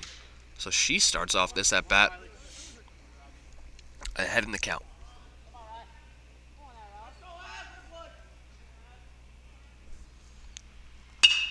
Next one, she's going to ground it. It taps the glove of the pitcher. They try and get her out at first, but she's safe in there at first. And that brings in another run for Port Jeff. So Port Jeff going to scratch in a run. Might not have been the cleanest looking run, but it definitely is a run. So the Port Jeff Royals are now able to bounce back, get another run in there. Now it's 2-5 in favor of Center Moriches with the opportunity of more runs on its way. Next we have Massimo Cipriano. He's going to see that pitch. He's going to drill towards right field. Second baseman Roop is able to make that play. Catch it right over his shoulder, so that's going to end it for that inning. Now moving on to the 6th inning now. The bottom of the 5th, very exciting right there. Almost had an opportunity for more runs for poor Jeff. The bases do get left juiced. And that could have been a huge opportunity for the Royals to really tack on runs, to get on, to get more runners in. Obviously unable to do so, but they do work themselves back to get themselves back to a 2-5 deficit instead of a 1-5 deficit.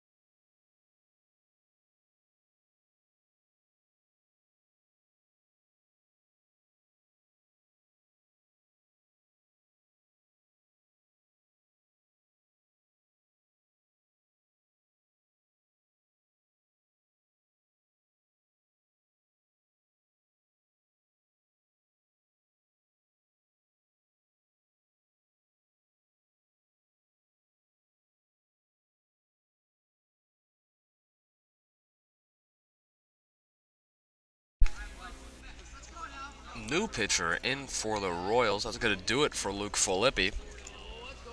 So the new pitcher we're going to see in this game for the Royals is going to be Natty, number 66. And, with that being the end of the game for Luke, you look back at the game, he had 8 strikeouts, walked 3 guys, and really had a good game. It's really just that bottom of the top of the 4th, that top of the 4th inning. He was dealing before it, he was dealing after, just unable to kind of refocus in that inning. And allowed a string of singles that kind of derailed the game for him. He had that error. So a couple things happening. So now up for Center Moriches. He has a 2-1 count to him. He's going to take that one over towards right field. Might get over the right fielder, and it is going to get over the right fielder. That's going to be Kieran Lafayette gets over.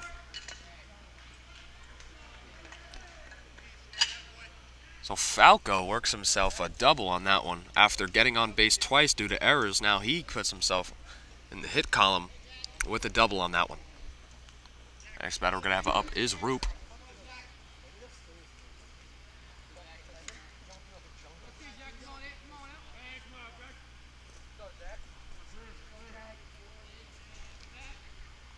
And he's going to clear off the mound.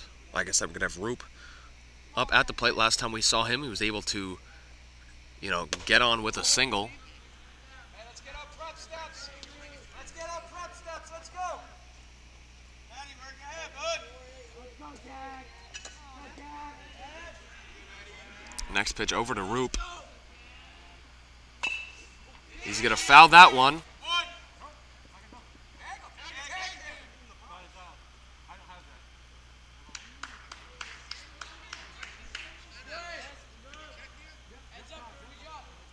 A little bit of confusion. Maybe he said it hit him in the box.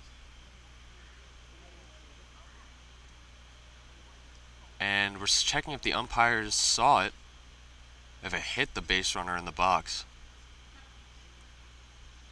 Because that's the difference between out and a foul ball, and in fact, it will be called as a foul ball, as it did seem to hit Roop in the box. The count's going to be 1-1 now.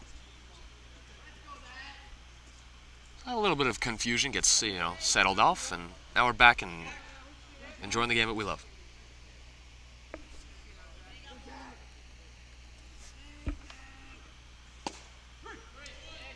That pitch for strike 2 now. So after starting off 1-0, sorry, he's able to bounce back though 2 strikes right back to back. See if he can put him away on this one. He's gonna try and throw a curveball. He tried to get it up and over and kind of drop it in there, but a little bit upstairs. So it was called a ball to even out the count to 2-2. Next pitch coming in now. Roop's going to lift that one over towards right field. Right field is going to be able to make that catch, now throwing as Falco's going to tag over to third base, and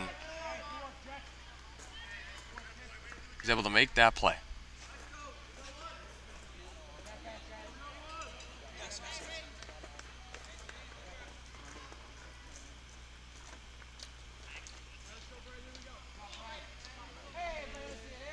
We have Hermada now up.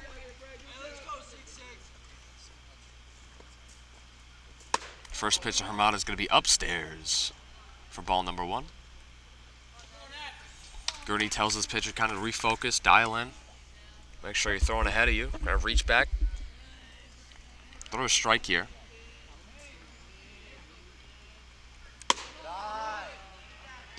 And second pitch going to be once again high upstairs.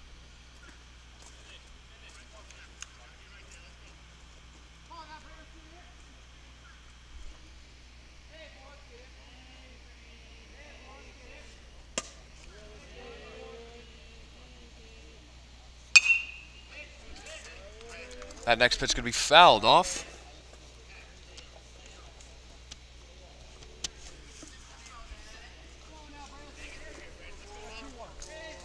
Makes the count 2-1 now. Next pitcher, Hermada, coming in now. It's going to be outside in for ball 3.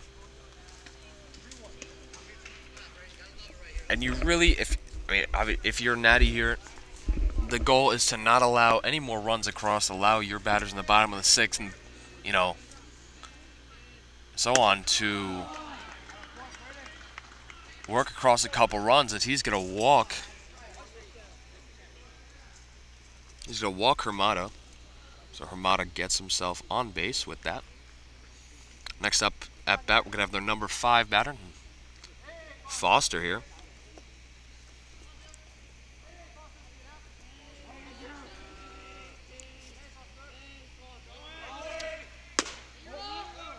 First pitch going to be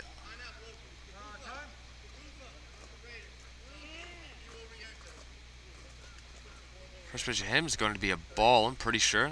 Runner advances to second base on the steal.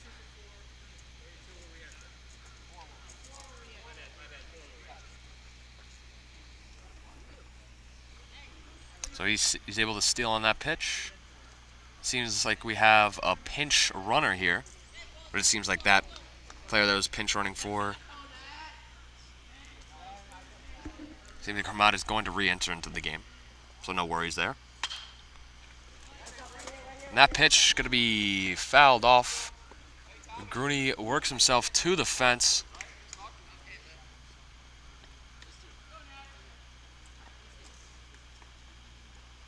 A foul ball.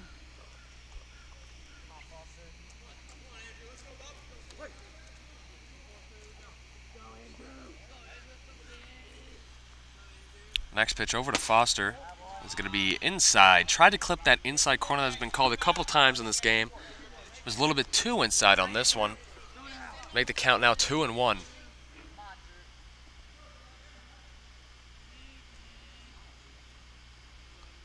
Now he fires again.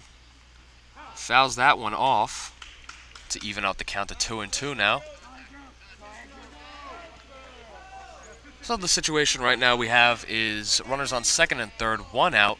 Foster up at plate looking to pour in some more runs for Center Moriches to bring their lead a little bit higher. And that curveball doesn't have much bite into it. He released a little bit too early, so it stayed high, and even though it moved, it stayed above the strike zone, so I was in for a ball. To make the count full now, 3-2. Next pitch, Foster's going to see that one. He's going to lift it up, pop it right, a little bit foul, just over the fence.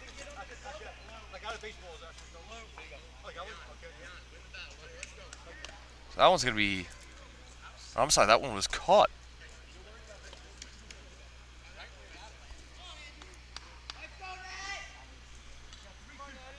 Oh, it wasn't caught. It was dropped in there for a foul. They reset the count on the scoreboard, so I thought somebody caught it.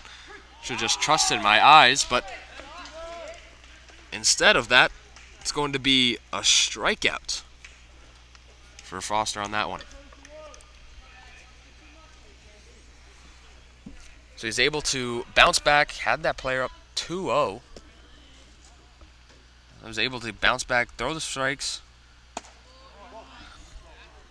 and finish off the batter with that strikeout pitch. So now we're going to have Morris up at bat. First ball to him is going to be upstairs for ball number 1. Second pitch coming in now. That one's going to be low for ball number 2. Now he's going to have number 19, Morris, in a 2-0 count.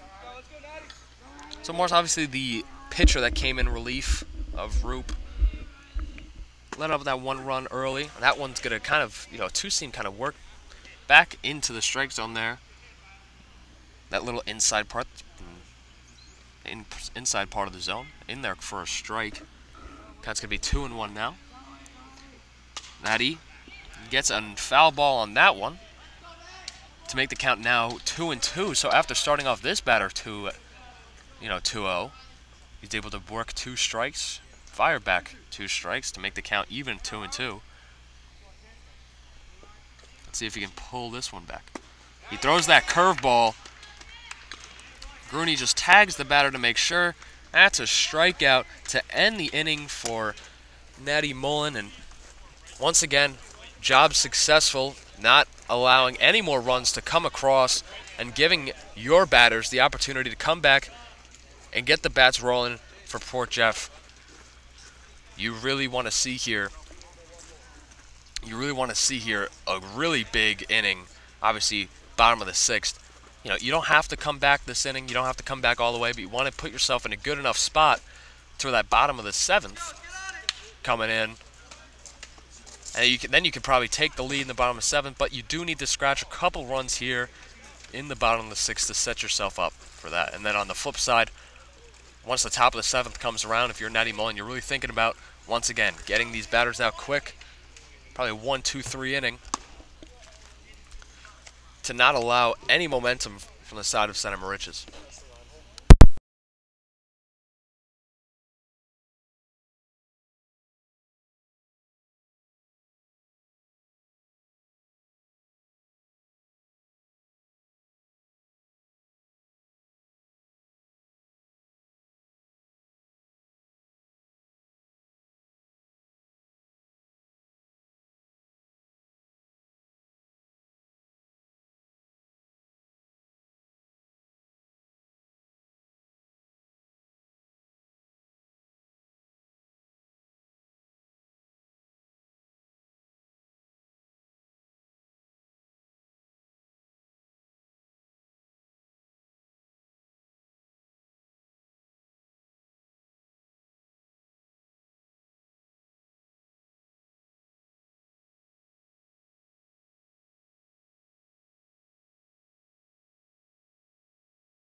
New batter for Port Jeff here. We're going to have Jaden. And he's going to see first pitch outside. So we had a new look outfield for that defense. Didn't notice it, but I'll mention it now. New look outfield. Obviously, we're still going to have Abby Rolfe out there in the left. Center field now is going to be Jaden. Center field, I'm pretty sure they have Kieran in for Massimo out and right. So new look outfield. Gonna get some new looks, new at-bats for this offense. Not a lot of success coming from those batters at the bottom of their order. So let's see what Jaden's able to do in the spot of D'Elia. Actually, was able to look at that one right there. 2-2 count.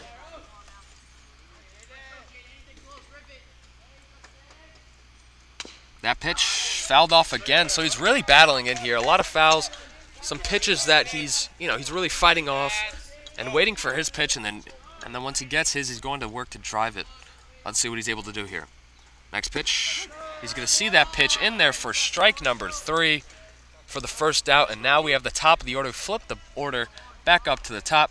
Filippi is up, so we're going to have Filippi, Joey, Veronica, Yost, our next 3. And this is where you need to see a lot of production. This is where you want to see the runs coming in.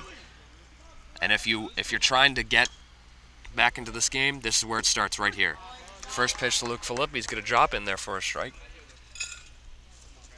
Like I'm saying, if you want Portjeff to come back into this game, this is where you really need them to do so. Second pitch to Luke Filippi now. He's going to go behind Luke Filippi. Doesn't hit him. Just kind of bends around him there for ball number 1. I count 1-1 here.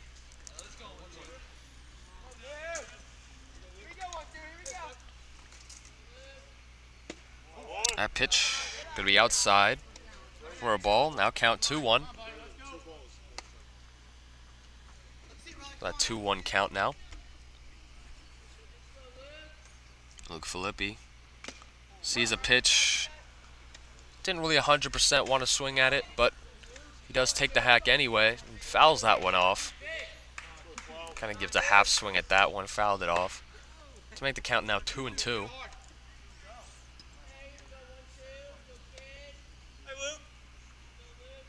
Next pitch. And he tries to get that bender to get Filippi fishing at it. Unable to do so. Make the count now full at 3-2.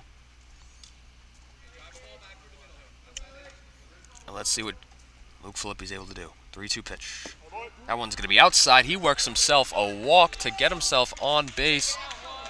And that is massive if you are the Portjeff Royals. Now you have Joey Veronica up. You want to see him work a count, see him get on the base, to get Tommy Yost having amazing success in the season. And we see they try to pick off Luke Filippi at first, unable to do so. But like I'm saying, you really need to ride this wave right now. This is their spot to really get into this game. That pitch is going to be low outside. Luke Filippi's going to work that steal just like he's been doing all game. That's his 3rd steal this game.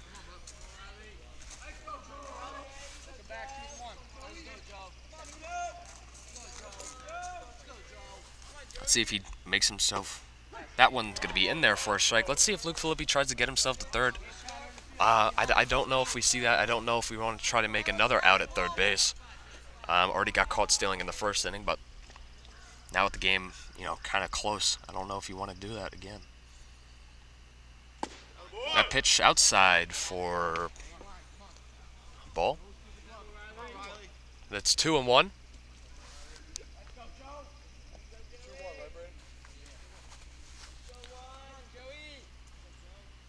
Oh, that ball is going to go right over Joey Veronica. Almost hits his bat, but it doesn't. So now the count's going to turn to 3-1 now.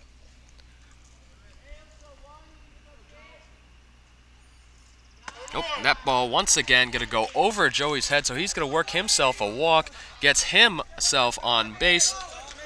And now Tommy Yost, who's been absolutely on fire, steps back up into the batter's box for another opportunity as the siren goes off here. Poor Jeff.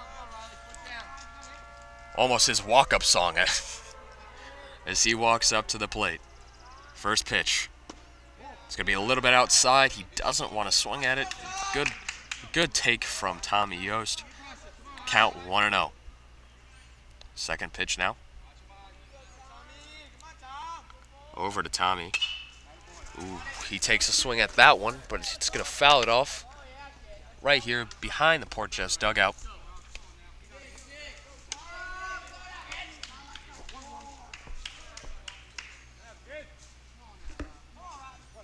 Next pitch. Now, that time he's going to see inside for ball number 2. Now Tommy's a 2-1 count. Really looking to find his pitch and attack it, but not trying to be over aggressive here. Doesn't want to give Center Moriches anything, any gift.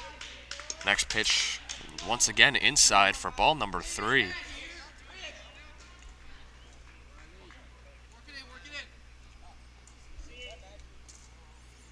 Next pitch, Tommy's going to lift that one over to center. That one's going to drop in there. Luke Filippi's definitely going to score. Joey's going to move over to third base, get himself in scoring position. Tommy now with a double on that one, and Tommy successfully gets a double there, walks into second base to continue his amazing day today to get himself an RBI double. With that being said, Luke was able to come in to score to bring the lead down now from 2-5 now to, they cut it down one more run. Now it's a 2-run game in the bottom of the 6th inning. Now with 2 runners on, a swing of the bat really could change the entire game here for the Royals. And like I said, we are just waiting for that ticking time bomb of James Grunfelder to kind of take off here. And it looks like with the game being close, Center Moriches doesn't want to allow anything else to come from this game, so they put in, it looks like they're going to be changing the pitcher here. Let's see, we're going to have number 1 be the new pitcher. So, we're going to take a little break here. We're going to take a little break here, and when we come back, like I said, we're going to take a little break. They're going to have a little running change, but when we get back, we're going to see James up at bat with 2 runners in scoring position, chance to tie this game with 1 swing of the bat.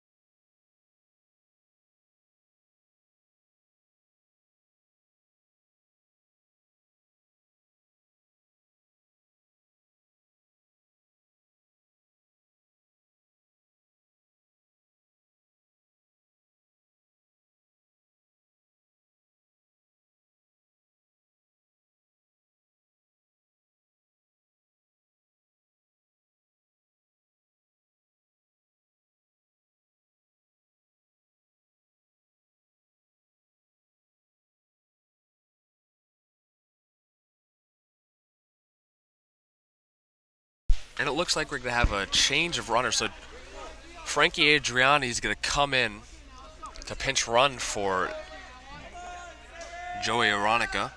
But now, like I said, we have Grooney up at the plate. First pitch he's going to see, he's going to lift that one, foul it off towards the third base side. And he's looking to attack. But, you know, the approach always has to stay the same. You cannot look to smash this ball. You cannot look to, you know, get the lead with this at bat. You just got to look to make what's given to you.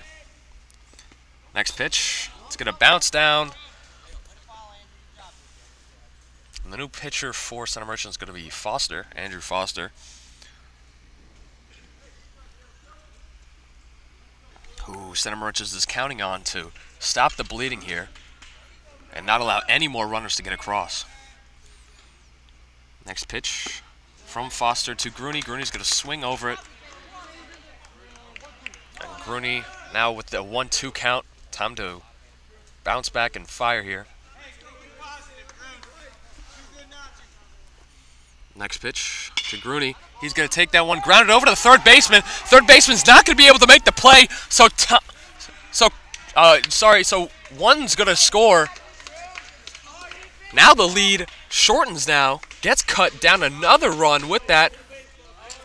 Frankie Andriani's going to score there to make the lead now from 3-5 to now 4-5. Now, number 5 batter, over up, Mr. Owens, up at the plate. We're looking for him to be successful, and it looks like the third baseman got hurt on that one. I know you can't see it because of the link in the fence.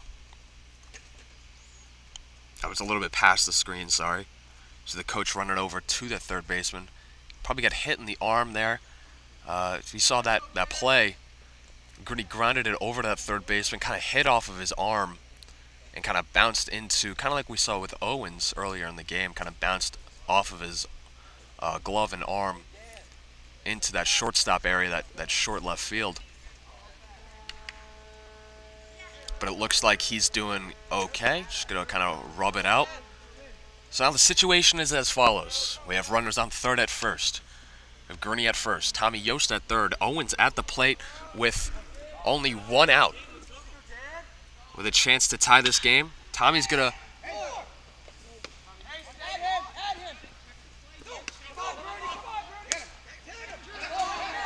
And we got a situation going on here. Tommy, he was on down contact and ran right into a rundown between third and home.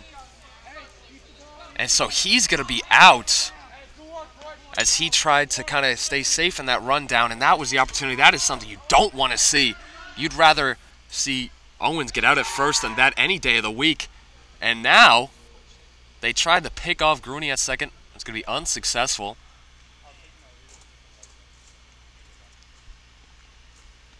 So Tommy's unfortunate. He gets out. Now with 2 outs, still runner in scoring position with Natty up at the plate. So Natty, all he needs is a single. That'll bring in Grooney.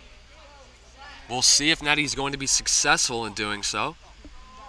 The ball just got into play, and everything good happened. So Natty's going to lift that one into foul territory over to the third base side. Third baseman's able to make that catch to end the inning and the bottom of the 6th for the Port Jeff Royals. And, you know, think about it. This is exactly what I said, right? You want to put yourself in the position to where in the 7th inning you're able to take the lead. Obviously, they gave themselves a lot of ample opportunity to get themselves in the lead in that inning. Obviously, it's unfortunate that ground ball went right to that third baseman, kind of trapped Tommy. He wasn't able to get back to the bag due to where that baseball went. And he kind of got trapped and nowhere to go, forced himself into a rundown between third and home. And you have to ask yourself, you have to think about it. If he gets back safe, they might get the out at first. They might not, though.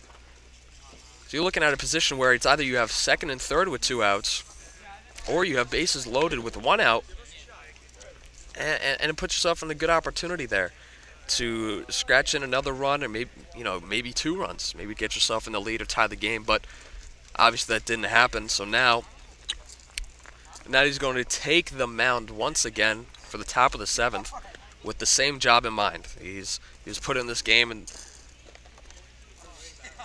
to really make sure that no one else scored for Center Moriches, and is just doing just that here so far, and he's been doing that in the 5th inning, in the 6th. So now we'll be able to see if he's able to be successful in his job in the 7th here.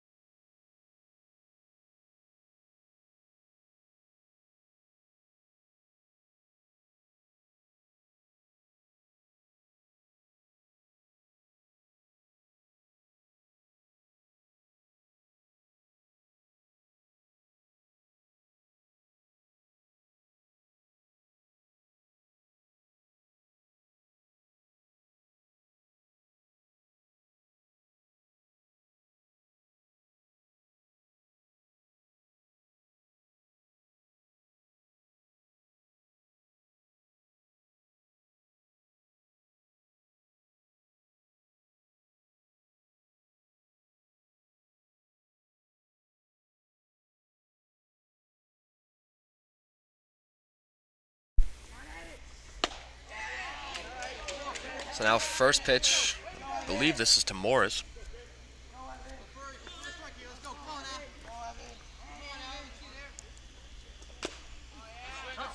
It's going to be a strike. Second pitch now, fouled off. That one's going to be a strike as well.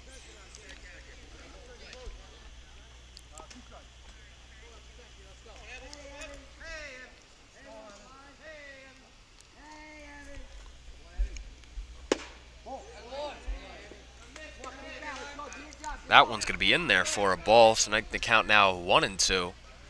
And once again, like I said, the job stays the same. You want to see a quick inning from Natty. Holds off on that pitch. Gurney peels over to first, but he did not go. So that one's going to be a ball once again.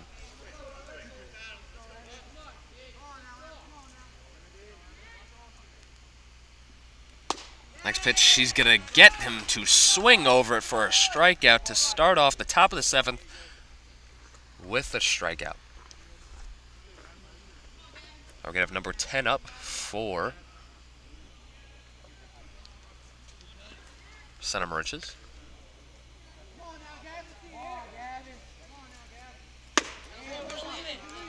First pitch to him's going to be a ball.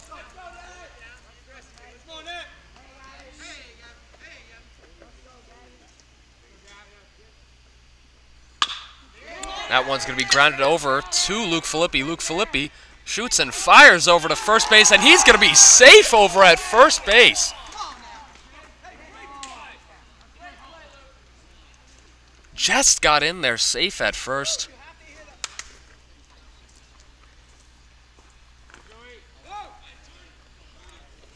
So he's going to be in there safely with that infield single. We've seen a couple of them in this game so far.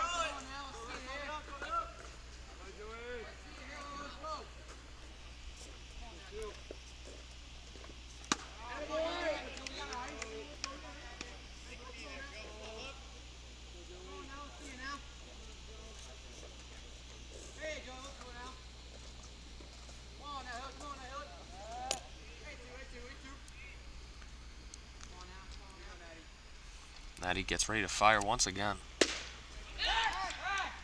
He gets the runners in a rundown. Tamios unable to catch the ball from Gurney. So he's going to be safe over at second. Had him picked off, but Tommy was just unable to make that catch over at first base and allowed that runner to move over to second now. So now they have a runner in scoring position. He's going to foul that one off, out of play.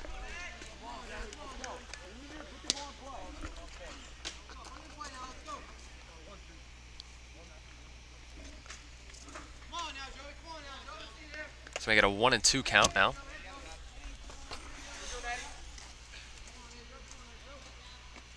Natty fires once again.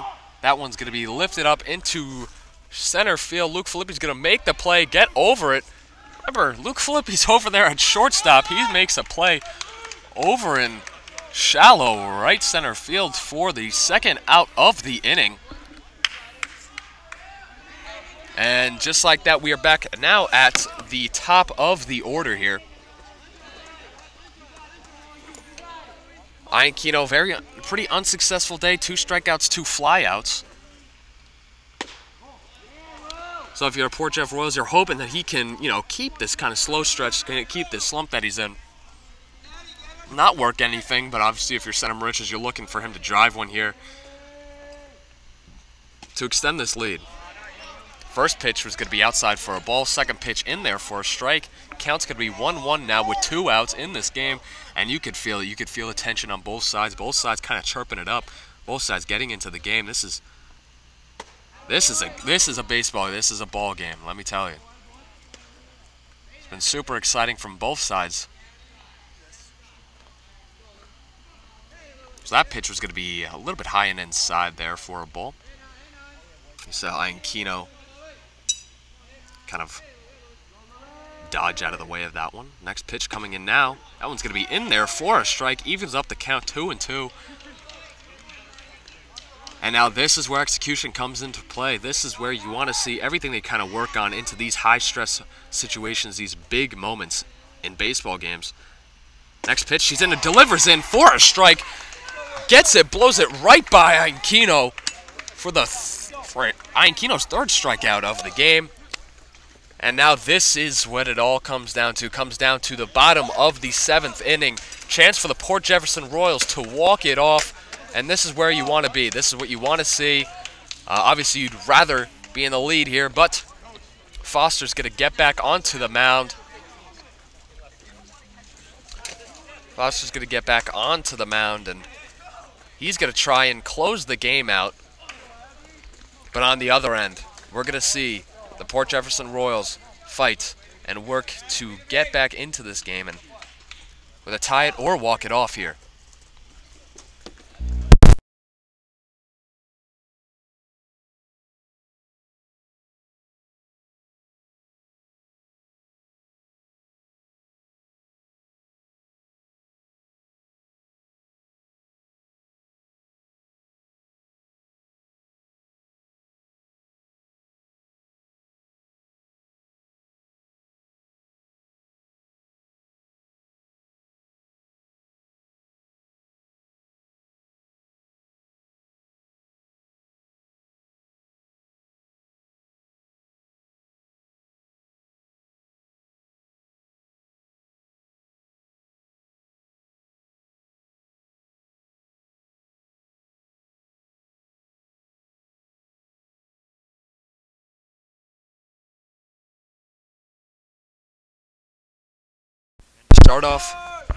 To start off the bottom of the 7th, gonna have Abby Rolfe. Let's see if she's able to work the count, get herself onto base for Kieran and Jaden after her. Next pitch into Abby Rolfe, a high once again. And now we got the Port Jefferson Royals back into this game, putting everything they have, all the momentum that they mustered up from the past 2 days, is trying to come out in this game right here, and it's going to be another ball high. So we see 3 balls, 3 high pitches, all in there for balls. 3-0 count. Abby Rolfe looking at a 3-0 count in the driver's seat here. 4th pitch, going to take that one, as per usual, on a 3-0 count. Now the count from 3-0 now moves to 3-1. That pitch, she's going to work herself a walk, get onto first base, and that is exactly how you want to start it if you are the Royals right here. Now, obviously, with Kieran and Jaden up, 2 younger kids, you do not want to see a double play. You want to see people keep on working the counts here. People doing everything they can. First pitch to Kieran Laffey is going to be outside for first pitch ball, and now you're hearing it. Next pitch, that's going to be upstairs for ball number 2. And it looks like right now all the momentum is running towards the Port Jeff side. All the momentum is on the Port Jeff side. They just need to execute here on the bottom of the 7th. It's a little bit more quiet on the side of Center Moriches. They're going to meet up in the middle. Make sure that the pitcher, obviously having control issues so far, has thrown only 1 strike so far in this inning. It's thrown 6 balls now.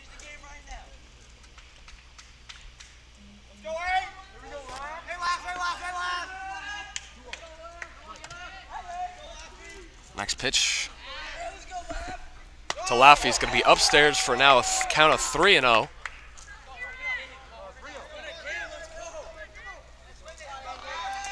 So Laffey right now in the driver's seat, another 3-0 count for the Royals. First, that pitch is going to be in there for a strike once again.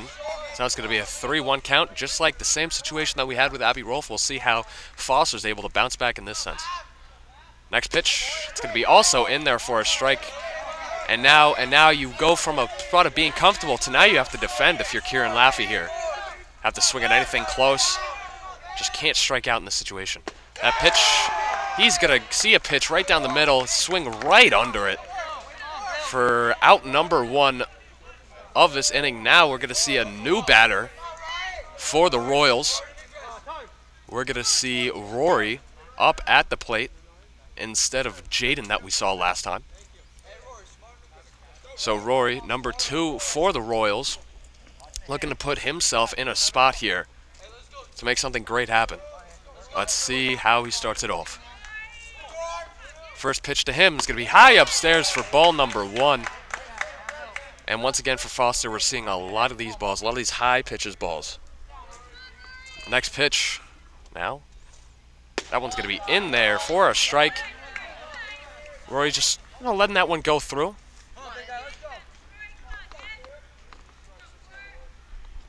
Step back into the box. Next pitch going to be hitting that strike zone, that outside kind of corner there.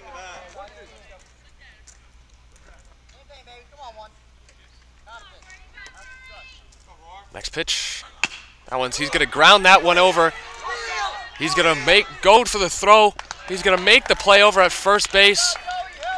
But Abbey Rolfe does move into scoring position now. And if you're the Port Jeff Royals, there's nobody other than Luke Filippi that you want in this situation. And they walk. They walk Luke Filippi. Probably the smart move here to get Joey Aronica up at the plate. Obviously, Luke Filippi wanted that spot. He really wanted that spot. He hates that he got walked there. It's like some expletives there. But now, in the hands with 2 outs here. It's all in the hands of Joey Aronica. Let's see what Joey Aronica can do right here. That pitch to Joey's, after he sees the first pitch strike, that second pitch comes in there a little bit over his head, in there for a ball. We get a 1-1 count with 2 outs. Next pitch, once again, as Foster kind of falls on the mound, it's going to be another ball. And if Joey gets on base here and works himself a walk, let's say, you have the blistering hot Tommy Yost up next. Next pitch is going to be in there, that inside corner that's been called this whole game. And it comes back in the final inning, in the bottom half of this inning here, to get the second strike. Next pitch, it's going to be grounded over towards first, the pitcher. Pitcher's going to move, pop it over, and make the play at first base. So that's going to do it for the game. After an exciting bottom of the 7th, the Royals do end up not getting any runs across, end up losing this game. The score of 5-4, a close one through and throughout. And, once we look at the bottom end of this game, you really look at kind of what happened here. It really goes down to that bottom of the 3rd inning here. Right, you look at it, and that was the only bad part. As we'll transition to myself here, we look back on this game, and you got to say, what kind of went bad, and it was really that one bottom of the 3rd inning. That bottom of the 3rd inning is the only inning that they did score. The bottom of the 3rd inning was when they put on those 5 runs. So, you look at yourself, and you see overall, very good game from the Port Jeff Royals here. Obviously, they do fall short. Obviously, they do lose the game at a score of 5-4. But overall, pretty good stuff. You see Tommy Yost really continue his great performance from the plate. You see him, get in a couple. He got a single and a double and brought in another RBI today. Grooney able to get himself on base with a single. Luke Filippi, our starting pitcher, obviously the bottom of the 3rd inning is where he struggled, let up those 5 runs. But he had 8 strikeouts in that game, only walked 3 batters, and Natty Mullen came out after him and struck out 5. And so, obviously, honestly pretty successful, other than that top of the inning there. And if you're the Port Jeff Royals after this game, you're kind of looking at yourself. You might be hanging your head down. You know this is probably a game that you should have won. Couple of mistakes, couple of errors in the field that kind of made the game go awry. But at the end of it all, it is going to be final score of 5-4. And for Port Jeff Baseball, my name is Gabe Zoda. I've been with you with your play-by-play for today. And until next time, Have a great day.